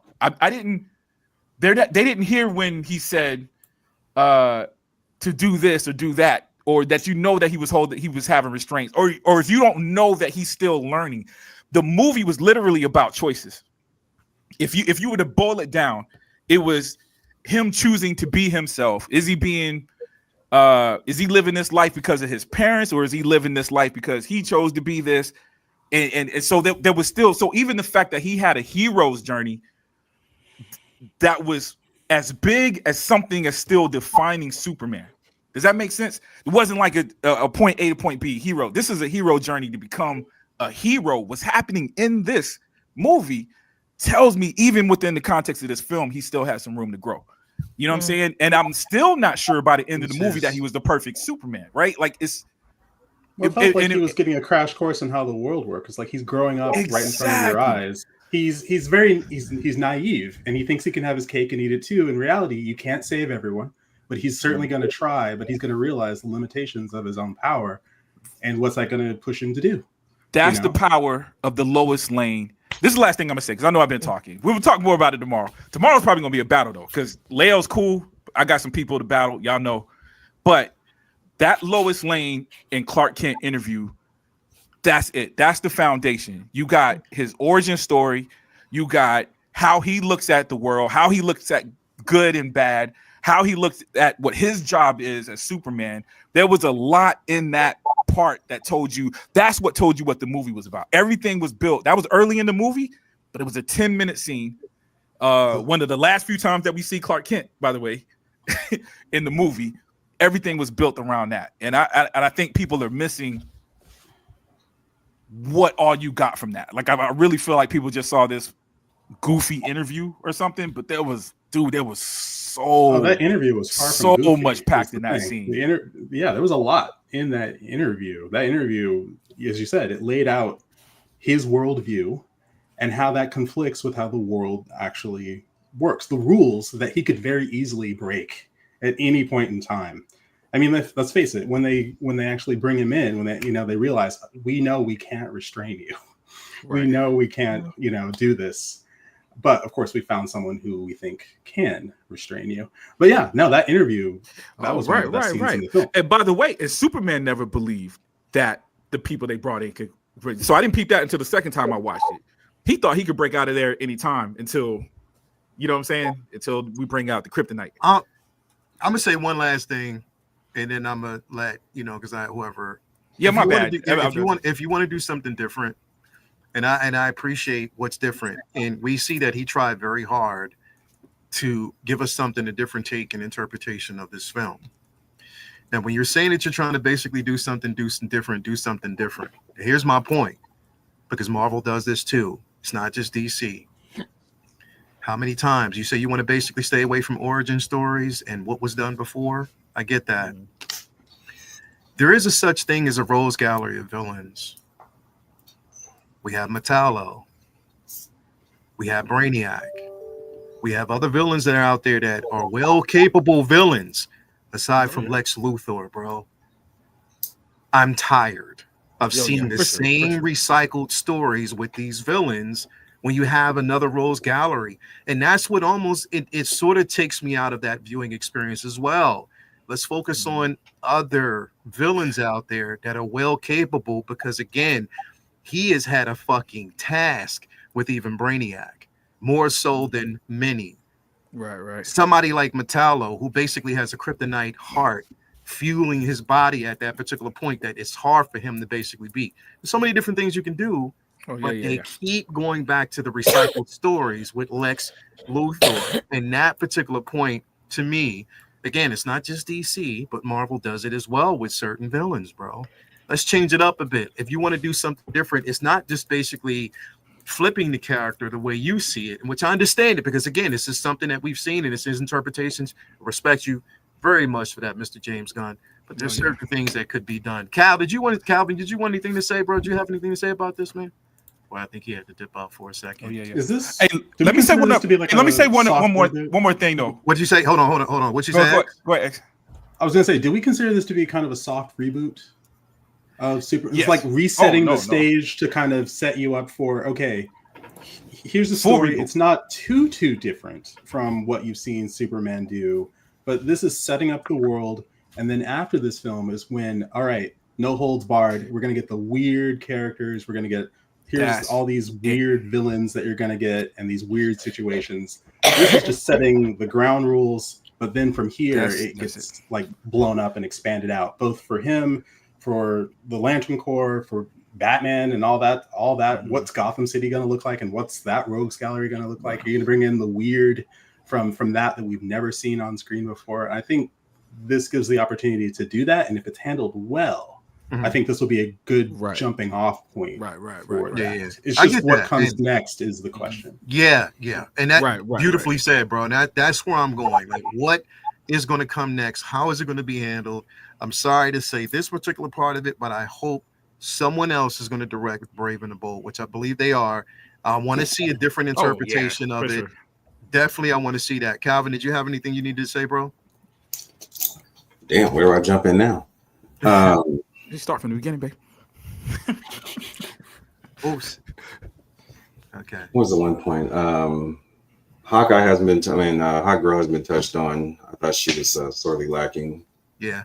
I'd say the one issue I had with him fighting the villain, even though I already seen someone say it in the chat here, because he was technically a dumb character, right? Mm-hmm. So I was just, and we also, and correct me if I'm wrong, does Superman not have the speed, or at least the equivalent of the speed of Flash? Because I distinctly remember the scene from Justice League when Flash was coming around this corner and he's fighting everyone else, and he looked over his eyes, right? Yeah. So my issue was, how does Lex not be in the area? He's watching from a video to give a command for a fight, whatever fighting stance he wanted, punch, kick, whatever. He gives the command to somebody else. He gives the command to somebody else. Then he goes back to the villain fighting Superman. So in that time, he wasn't fast enough to work around any of that, and was still getting his ass whooped. That was what he didn't know what was happening though either. Who didn't know what was happening? Superman didn't know there was commands being sent. Even with that being said, with all those all that time frame being lost amongst thought process back to the villain. The command getting to the villain. In between there is time for you to basically deflect and do whatever. I get it. Exactly. So but Superman's unless of course Lex has accounted for that. Right, exactly. Which sounds like something Lex would do, is Lex would account for that and go, well, yeah, no, it's Superman's super speed has never been that consistent in any Superman movie, because Christopher Reeve, he could have moved faster to do XYZ. It never happened. Man of Steel was pretty. The planet. He did reverse. I'm not saying he didn't use it. I'm just saying it wasn't consistent. You know what I mean? You can reverse the planet, but you couldn't get there fast enough. Hold on, time out. Yeah, go ahead, go, y'all. Hold on. Calvin, finish what you're saying. Then I'm like, no, well, I'm saying I get that, but you guys are saying we're talking about Superman and his speed, regardless of the levels of it across different mediums or whatever. He's still faster than a human being. Yeah, with thought process in his movie.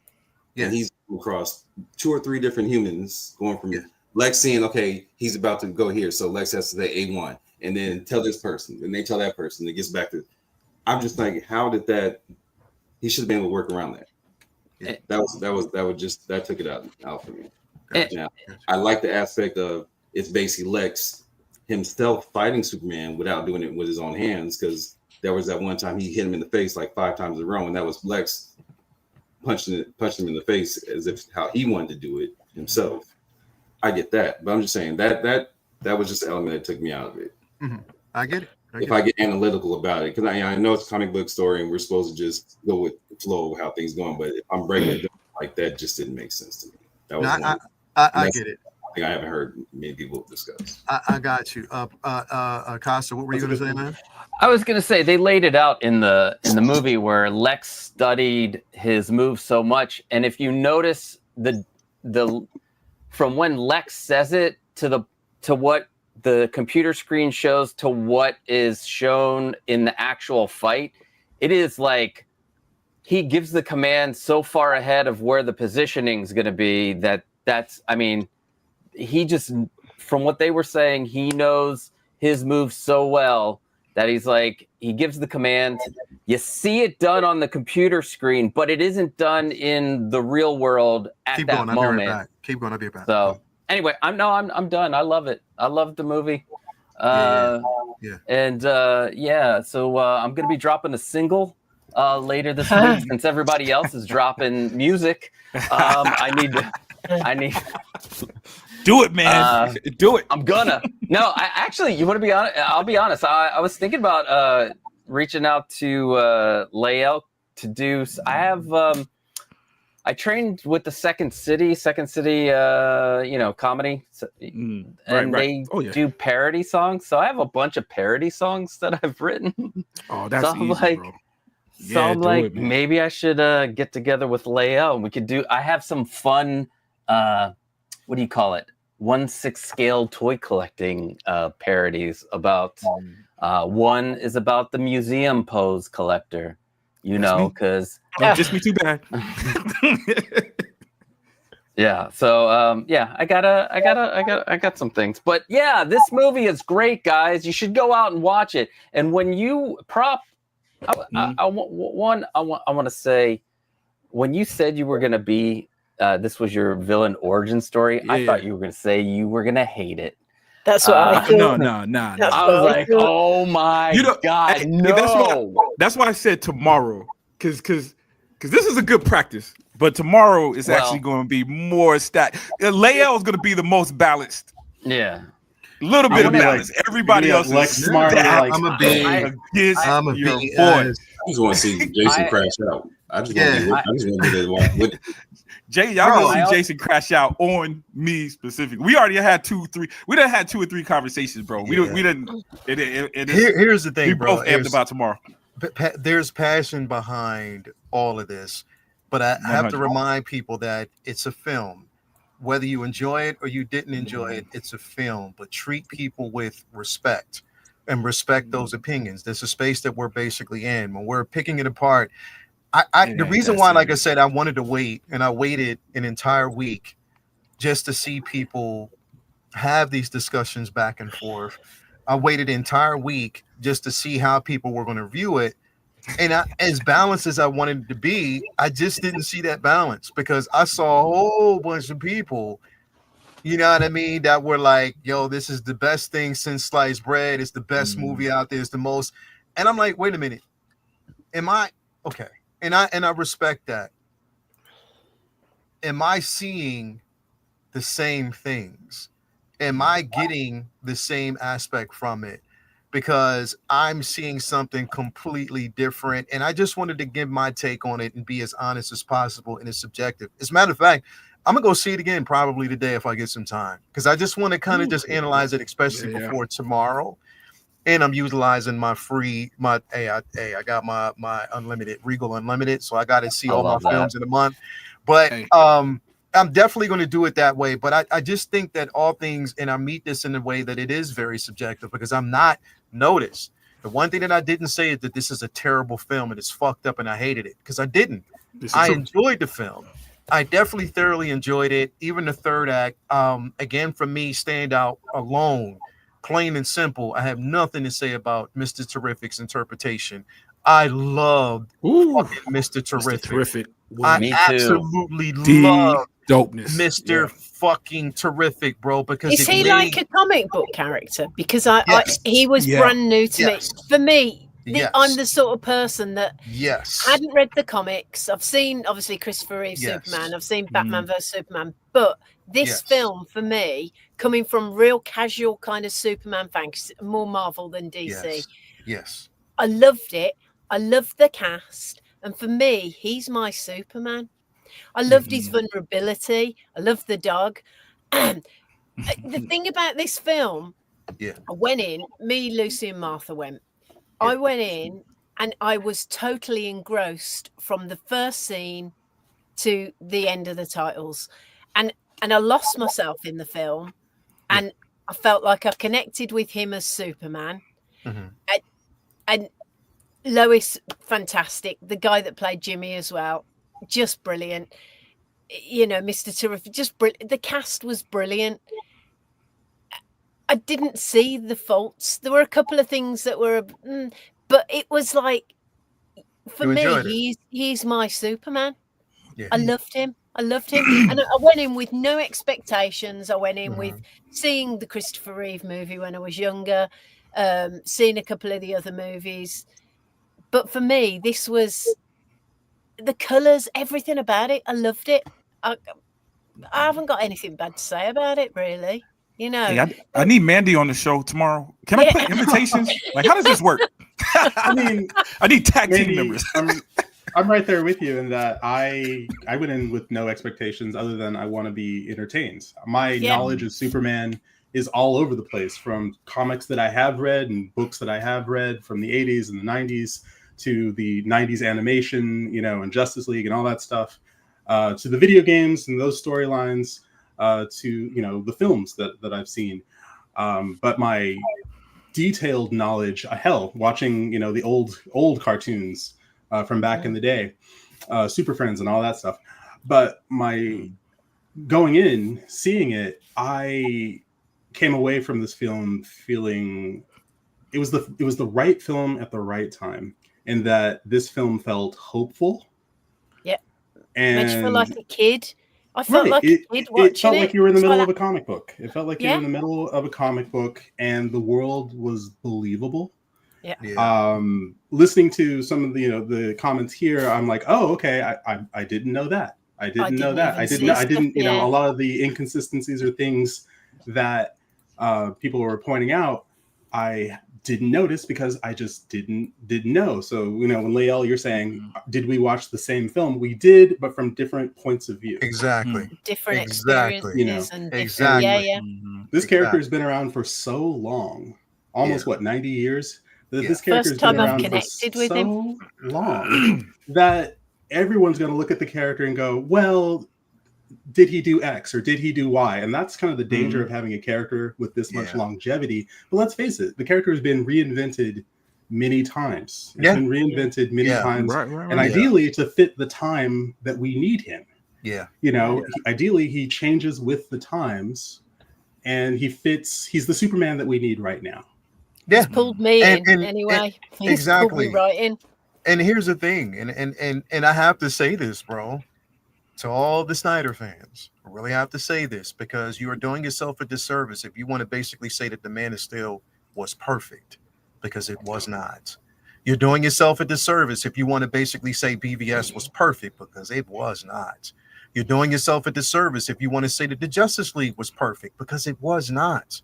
Even Zack Snyder's version of it was not. There were certain things and elements in these films that if you watch, yes, you may have enjoyed it, but there are things that you can pick apart. Yes, that version of Superman was just too dark. It was because the thing is, you went from introducing the Man of Steel to making him a villain from the first go. You know what I mean? The way people viewed him was as a villain, somebody you didn't know. Even though he can save millions of lives, he was still viewed as a villain. Basically, the perception of him, even from Batman and all this, is there were too many casualties, this, that, and the third. And again, even him having a moral compass of wanting to save people, and we know this, it's everyone's interpretation in the film and how they actually saw him. You know what I mean? It's how they basically saw the character, how they viewed it. So again, there were certain flaws from that. Like there was flaws. Look, when you're viewing it from a film aspect of it and writing, directing, and stuff like that, as long as all of us have been going to these films and watching it, we can pick certain things and say, it might not be like, you know what I mean? It just may not be the best. It may not be the best interpretation, but I can still basically enjoy it for what it is. Me saying these things and me just picking certain things apart, it's not saying that I did not enjoy the film, because I did. The only film that I can talk about live with hatred and disdain is always going to be Thor: Love and Thunder. That is the worst. Come on, those goats were the MVP I have ever seen on camera. That was the worst. That was the worst fucking interpretation of a Thor that I know. They did it on purpose, didn't it? Like they was like, F this, like bro, and F this Marvel thing. When you're coming off of a film like fucking Thor Ragnarok, which was an evenly balanced film that was good. But then you just go into like after the Endgame whole aspect of it, making him a complete fucking fool. Come on, man, don't do that. And that film, and I don't even want to get into it. This film, even with the jokes, I still basically enjoyed it because I can see the morality of it in Superman. I can actually still see that aspect of it. The one thing that they didn't take away from him is his moral compass. And as a matter of fact, I think, and this is what's going to strike a chord off of a lot of people, as far as his moral compass and who he is and more, I think that was way more fleshed out than what we got from Snyder. I'm sorry. It was. And people can argue and say it was not. It was way more fleshed out because you understood from his aspect and even the conversations that he had how much he cared, even from the smallest aspect of saving the fucking squirrel. That was genius. That was a genius aspect of him saving the squirrel, because again, it just understand you understand that he values all life, whether it's humanity, creatures, whatever, animals. He values life. That's just even though sometimes he just couldn't fucking stand crypto, but we get it. It was an annoying dog to him in some aspect of it, but he still loved the dog. He just showed it differently. But I'm just saying that's the beauty of this film and his interpretation of Superman. So and like X and everybody has been saying, it's giving this character room to grow. We will basically see the growth of this character with other films. One other little nitpick though, and I'll leave it at that, and I'll just go. So Supergirl was actually on a planet that had a red sun that depowered her at that time, which allowed her to basically be drunk. She was just, you can see that. This is my problem. She arrived on Earth still drunk and tipsy. Woman, you passed a yellow sun. Right. Yeah. Well, I mean, how drunk was she? There was no interaction. So if I nitpick, there was no interaction between her and Superman. Obviously, that was shot after the film was done. Obviously. You know what I'm saying? But to Mandy's point, you're on such a ride because you're right. If I said I've seen it twice, I'm going into 3. I want to say it again. The movie was moving, and I felt, and some people can think that's bad or good. I felt like it was a good thing. And pop culture, I do want to say, man, the Jarrell thing, I do agree with you too. Like, I don't want to make it sound like that change was big, but we also got to remember Silver Age Superman, that whole message of saving the world, that came way later. You know what I'm saying? So that's something we've gotten used to recently. But if you go back to the roots of Superman, even, prior to in fact, I think that was one of the changes that Richard Donner did. I think that's when it was introduced. So the comic books at that time and before that, there was no message of saving the world. It was Clark Kent's decision to be the savior, which goes back to this movie being about choice for me. It wasn't his parents chose that you need to save the world to be the savior. It was his choice. So I do want to say my question. But I do agree with you though. Like, so, yeah. Go ahead, man. Who's getting what? Superman, or are you not getting him at all? NR all day. Yeah, I've pre-ordered as well. Both. NR all day. I'm not going to get both, but I'm going to get. But the one thing that I will say that made me really value the aspect of both, and I said this earlier the other day, is that the Superman that we basically see from in art is the version from the third and final act during the post credits and the credits. The version that we basically see from Hot Toys is what we saw through the entire first, second, and third, beginning of the third act. Right. If you look at it from that aspect. They're both great. Yeah. I need InArt to fix the sculpt a little bit better, but I like it. That's the one I'm gonna go for. Yeah. If I was choosing, if I run out of money before then, I'm canceling the Hot Toys one. Now, here's the thing though. Now it's both of them. I got to do some more investigation because I want to bring up this topic after, not tomorrow, but next weekend. And I do want to talk about this because it is something that's going on. And if Zaslav said this, it's going to kind of piss me off. You read it, right? He said it. I don't think he used those words. Let's see. If he said that, bro, I'm going to be pissed. I'm really going to be pissed. What have I missed? Well, apparently, again, we're talking about Bad Robots. What's his name again? J.J. Abrams. J.J. Abrams. He was going. Okay, now that's not a Val Zod it's not a Val Zod Superman he was going to do. Was it going to be a different interpretation? I forget the other Superman he was going to do. It was a black Superman that he was going to. They just said it was black. I don't think they ever said the version. I don't know if it was what the version was or not. Yeah. So apparently, and this has basically been going to syndication on different platforms. But again, I don't want to give credence into this until I find out myself that this was absolutely true. But what he said was it was too fucking woke. It was too woke to bring the. If he used it in that term, bro, there, bro. Nah, B. If he said that, even if you don't do it, don't say that shit, bro. Don't do that. Leo, I argue that it doesn't matter. I think I don't know if he said woke.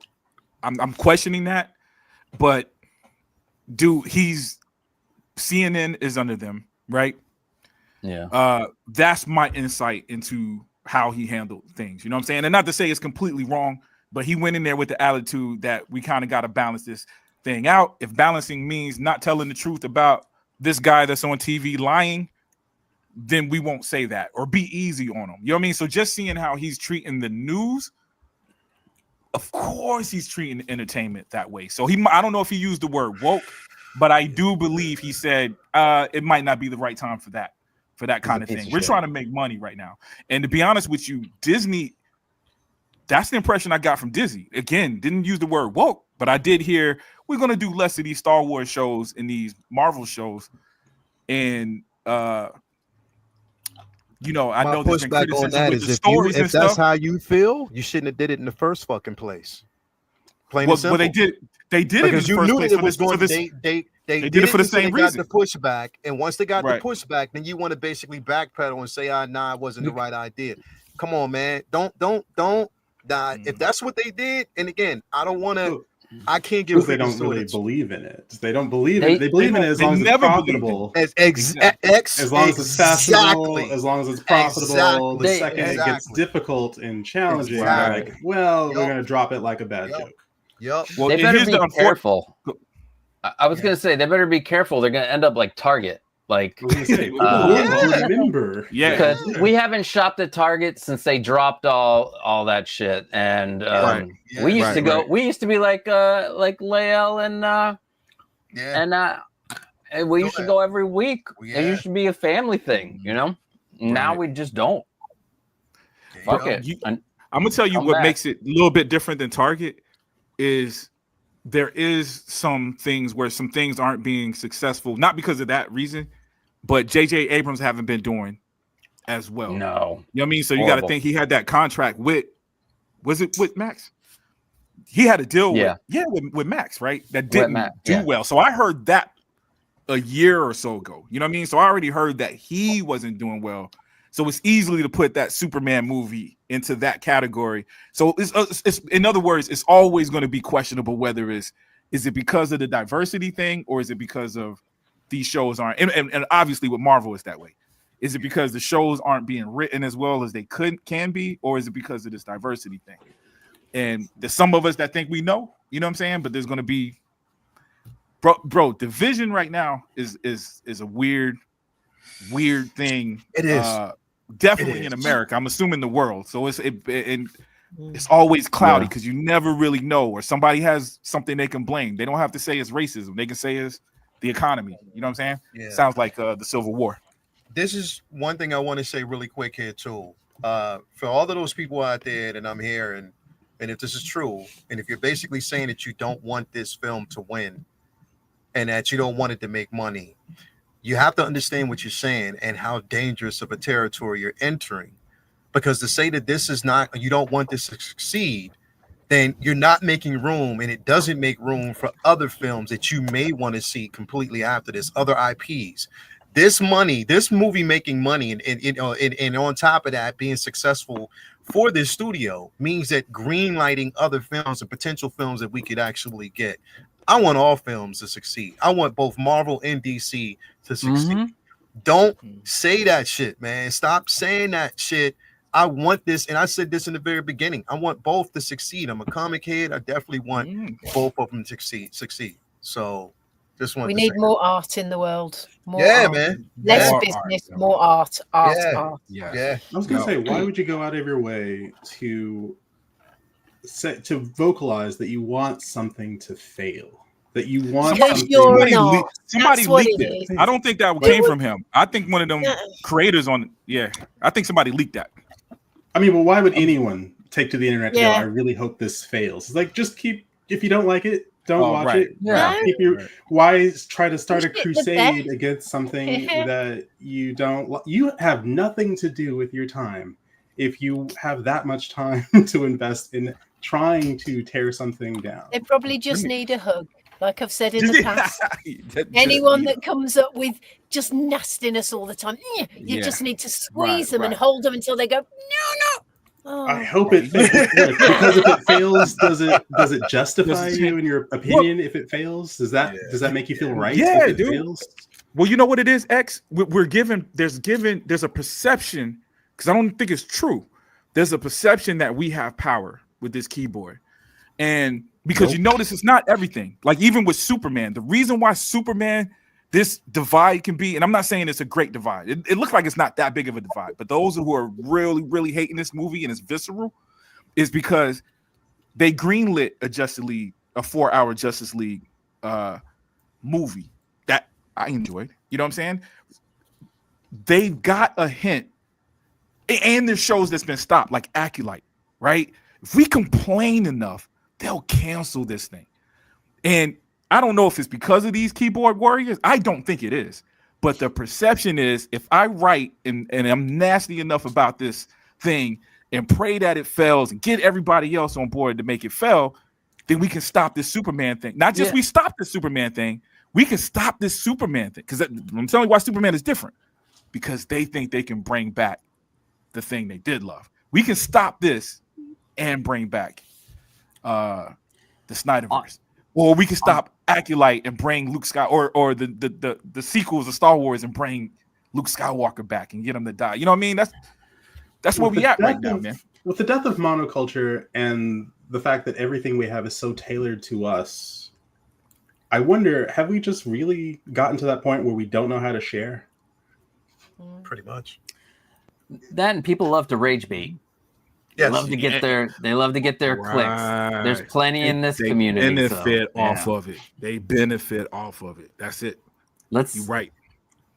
It's the new politics, man. It used to be just politicians. Now it's us. Yeah. They get their clicks off in algorithms, and they love that. Right. They basically love it. And again, instead of basically speaking truthfully and honesty and with honesty and integrity, bro, you just want the money. So you don't care how it makes you look as long as you're getting paid. And half of these motherfuckers that are talking about this shit are in the theaters for 3-4 other times watching the same fucking film. Plain and simple, bro. Right. That's it. That's what it definitely is. Anyway, man, this was an incredible discussion. Don't know how tomorrow's gonna go. I know Calvin's gonna bring a big ass bucket of popcorn because that shit's gonna be fucking fun. Oh, Calvin gonna be there? Oh yeah, Calvin's gonna be there, bro. Oh my goodness. Did you get the Galactus bucket? Oh no. I got that one too, son. Bucket of. Hey, is that one out yet, bro? Yeah, that was that bucket. Yeah. Oh, the black bucket. Yeah, dog. That is nice. So what you gonna do? I got mine upstairs. I don't know if I'm gonna use it for popcorn though. It I doesn't love quite. how ridiculous these things have gotten. I'm gonna hide my weed. We don't have anything like that here. Hide your weed in. That's perfect. Yeah, that is so great. Yo, that is fucking fantastic, bro. But definitely, man, I can't wait for that shit. Oh, that's amazing. That's gonna be fantastic, man. But yeah, man, I thank you. Thanks everybody for this discussion, man, and how it was handled. And again, like I said, no opinion is the wrong opinion, man. Everybody has it, and I welcome it. I welcome those discussions, and I hope that we can continue to have them this way, man. But definitely, thank you. Appreciate that. Costa, man, thank you for basically sticking through, man. Like you came through like a champ, brother. Definitely agree with that, man. Thank you so much. It's not me. It's not me. It's Randall. Randall, thank you for basically stopping through. What you got going? You're welcome. Well, what you got if going you on? want seriously, Costa has all kinds of stuff going on here. Come check him out on Saturdays at 3:00 with Show Off, where we dabble in talking about toys and we do some creative stuff. Like yesterday, we worked on Tinkercad to make a display that we can 3D print fun stuff. And I'm working on Costa's. I'm working on videos. So basically, I'm just backed up with editing. So hopefully, and you'll be able to get your Costa Duo. It's a mono, but it's double the size. So that's coming. Anyway, but thank you. Thanks for having me. Pause with I love you guys. And Prop, I love being on the show with you, even with your small Spawn statue. Do you still have it? Is it still there? We almost made it. We almost made it. We almost got through it without I can't. it, bro. I can't go. I can't go without bringing that up. I was prepared to say nothing is small over here until you said Spawn. Legit. What? It's legit. Like you can still buy it for $500 online. So it's crazy. Can. Thank you. Screw McFarlane and his BS. Anyway, I love you guys. Appreciate it, man. Thank you for stopping through as always. Definitely appreciate that, man. Kyle, what you got going on, bro? I'm about to get up and head to work. Word. Time so I can be here, and I'm just like I said, I'm gonna have my popcorn ready for Jason's crash out tomorrow. So yeah, time for that. Yeah, that crash out's gonna be definitely amazing, bro. Like that crash out's gonna be amazing. I cannot wait. More than anything else, I'm glad that the show is on Monday, so we can officially close out the weekend and get the actual box office numbers, like the official numbers for tomorrow on Monday. Right. It clearly is a success as far as financially is concerned. So yes, it is. I just want to see him. I just want to see him fight against that. So I'm looking forward to it. But yeah, it's definitely a success. You can't get away. That's from going to anger him, by the way. Make him angrier. I've been outside of Tuesday's early showing. I've been having to like navigate through my work schedule, trying to find a seat to see it again. And all these theaters are full, and I have several theaters in my area. Yeah, IMAX, Dolby, all the premium screens are filled. So that's the beautiful aspect of living where I live right now. Yeah, that's the pretty aspect of living where I'm at right now, because these theaters are never full. Like it's just, you can go pick a time to actually go see it and enjoy it. So I can't. I'm definitely gonna do that, man. For real, cannot wait. So definitely, bro, as always, man, thank you for stopping through and being here, man. As always, can't wait till tomorrow, because that's just gonna be super fun. X, man, what's going on with you, bro? Oh my goodness, I mean, living the dream. What can I say? No, thanks so much for having me on and talking, about Superman. I'm gonna go outside with my pants on, but with my underwear outside of my pants, just to show my Superman support. That's a fan. Just to I'm a fan. I'm a real fan. No, I'm joking about that. I'm actually seeing Superman again. A friend of mine wanted to see it, so we're seeing it in IMAX on Tuesday. So I'm very excited to see it again, and probably see it a third time after that. Just because, I enjoy what they're doing, and I want to see where we go from here. But let's see. Tomorrow, I may pop into comic book talk with friends. Yeah, man. If anything, just to heckle from the cheap seats. But then on Cheeks Day, of course, we got Cheeks Day, which is coming up. So glorious Cheeks Day. Thursday, we'll see if there's going to be Best of the Best. But then Thursday night, Caravan of Courage, bro. Caravan of Courage over there at Uncivilized Scoundrels. Yes. Cannot wait. Oh my gosh, it's scary when your dreams come true. But no, thank you so much for having me on. It's good to see all y'all on this fine Sunday. Definitely, man. Appreciate that, man. Thank you for stopping through. Prop, what's up, bro? Yeah. Look, I had to buy my tickets, man. My wife would flip out. I ain't bought them yet. Dude, glad to be here, man. Good little test run. I'm trying to pick my dream team. Includes Mandy, Press X. You know what? Low key wasn't that bad. You know what I'm saying? He had criticism, it wasn't that bad. Leo's technically wasn't bad. Your review technically isn't bad. It's just got that sound. You know what I mean? I noticed a couple of people. When I say a couple of people, I noticed that Jedi kid went in your comments and was like, "Yeah, man, right." He thinks you on his side, so that's why I put you over there because Nah, I'm in the middle, bro. I'm in the middle. I can You're tell. like I the can tell. Bendu. Yeah, I I'm can in the tell. middle, bro. Yo, Jedi Kid has not had a post that did not start with at least 6 or 7 trash cans before anything else he said. Hey, yes. Hey, like, low key. I was like, are you being paid to trash it? Goddamn, like, No, somebody's man. really putting in on It's it. genuine, dog. I've It's talked garbage, to it's him. trash. He's seen it 4 times.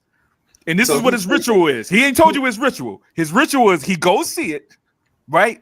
And then he calls me immediately and tells me, still trash. What? Sounded like Jay-Z, still trash. I'm sorry, But he but done seen it 4 I eat times. cottage cheese once, and I know, cottage cheese. I don't go, ooh, cottage cheese. Yeah, Maybe man. let me try it 3 or 4 more times just to That's figure what I out. told watch him. it. With a bit of pineapple. Perfect. That's it. Hey, X, it's funny you should say that. That's what I told him. I was like, if you don't like tomato soup, you're gonna hate it by the 4th bowl. You know what I'm saying? Yeah. But you know what? We'll see, man. I'm not gonna say his opinion. I think there's some light there. You know what I mean? But I'm just glad I'm not. Yeah, in I'm no looking forward to theater tomorrow. with him, 'cause I could hear him talking shit in his Ooh. corner. Like, what the fuck? Yeah, I'm glad I'm not in those theaters. man, I You know what? Go and see it as many times as you possibly can. Maybe by the 10th or 12th viewing, it will click. But just keep going to see it. That's my recommendation. Just keep going to see it and let me know how it goes. Yeah, Just giving them the money. Exactly. Give them the money. Give him the money. Yeah. Just That's what it's go. all about. I'm trying to Just get go that and Mr. hate Terrific watch movie. it. I think that's how I'm gonna trick him, man. We need this Mr. Terrific yes. movie to happen. Go see TV Superman. show's happening, I believe. TV show. I did hear that. I hope so. I hope that's true. Yeah, Yeah, I'm man. sure. Hey, glad to be here, yo. Yeah. Hey, just real quick to put this out there. Thank you, for being here. Before we actually get to Mandy, Mandy, I'm pretty sure you got this. But man, this fucking figure, I just took it out the box. I'm about to put it in the hand shop with Vader. But this motherfucker, man, like, yo, Ooh. that motherfucker is. Oh, you just took it out the box while we were. Yeah, bro, he is something. He is something else, man. He definitely is. I'm just getting the poses in right now for him because I'm putting them next to Vader. But this motherfucker right here, boy. $400 saved as far as I'm concerned. I'm good. What you say? Where'd you get yours from? That's $400 saved in my book, so I'm good. I got it. Nah, this is the sculpted version first. Oh. I have the still. I'm just glad I saved that money, put it towards something. I got mine through Sideshow. Oh, damn. Okay. Yeah, I got it through Sideshow. I mean, like, as always, if somebody likes what they got, I'm never gonna shit on something that somebody's happy that they got. That doesn't make any sense to me. But yeah, I had it. I had I almost had the art. I had the artisan, and I just saw that money being better spent somewhere else, so I let it go. Yeah, I got the sculpted. Like, don't get me wrong. You got the eyes scroll right there, looking at sideways.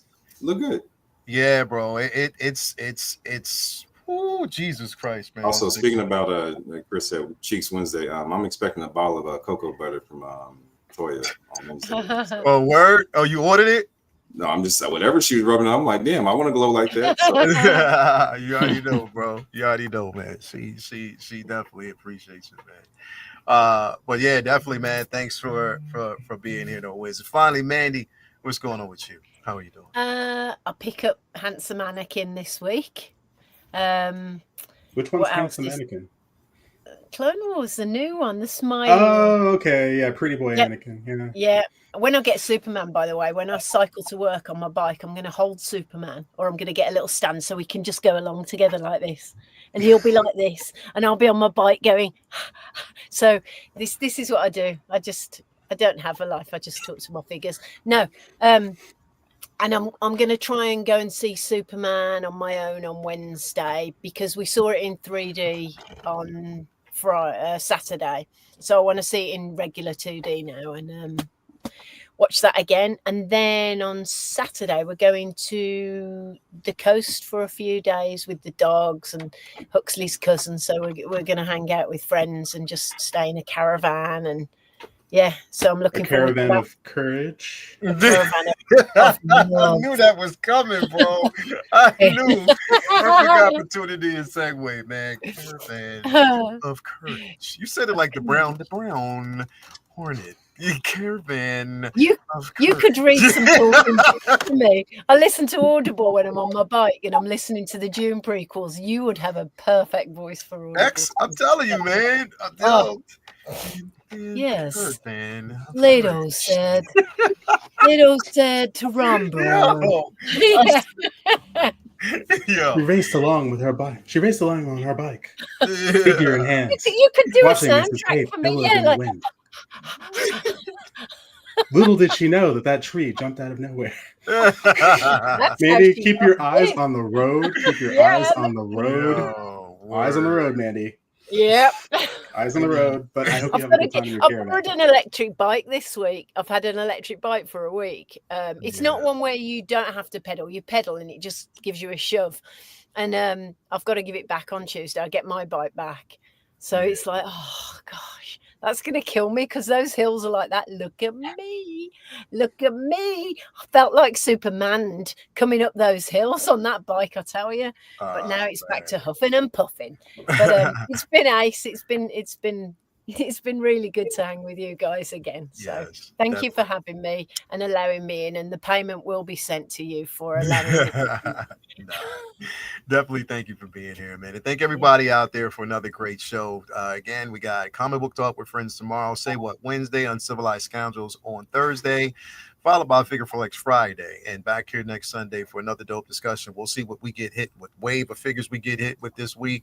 I'm expected to get in my droid decal. I also get my Magneto, and finally Flash from the Flash movie. So that'll basically be arriving here as well. So again, thank you guys out there for being here. Great show, and have a great rest of your Sunday. Again, all things subjective, like what you like. And we live in a space where we can all just fellowship together, even with the differences of opinions, man. Love y'all. Talk to y'all later. Have a good day, man. As always, remember, prop whiz. Prop whiz.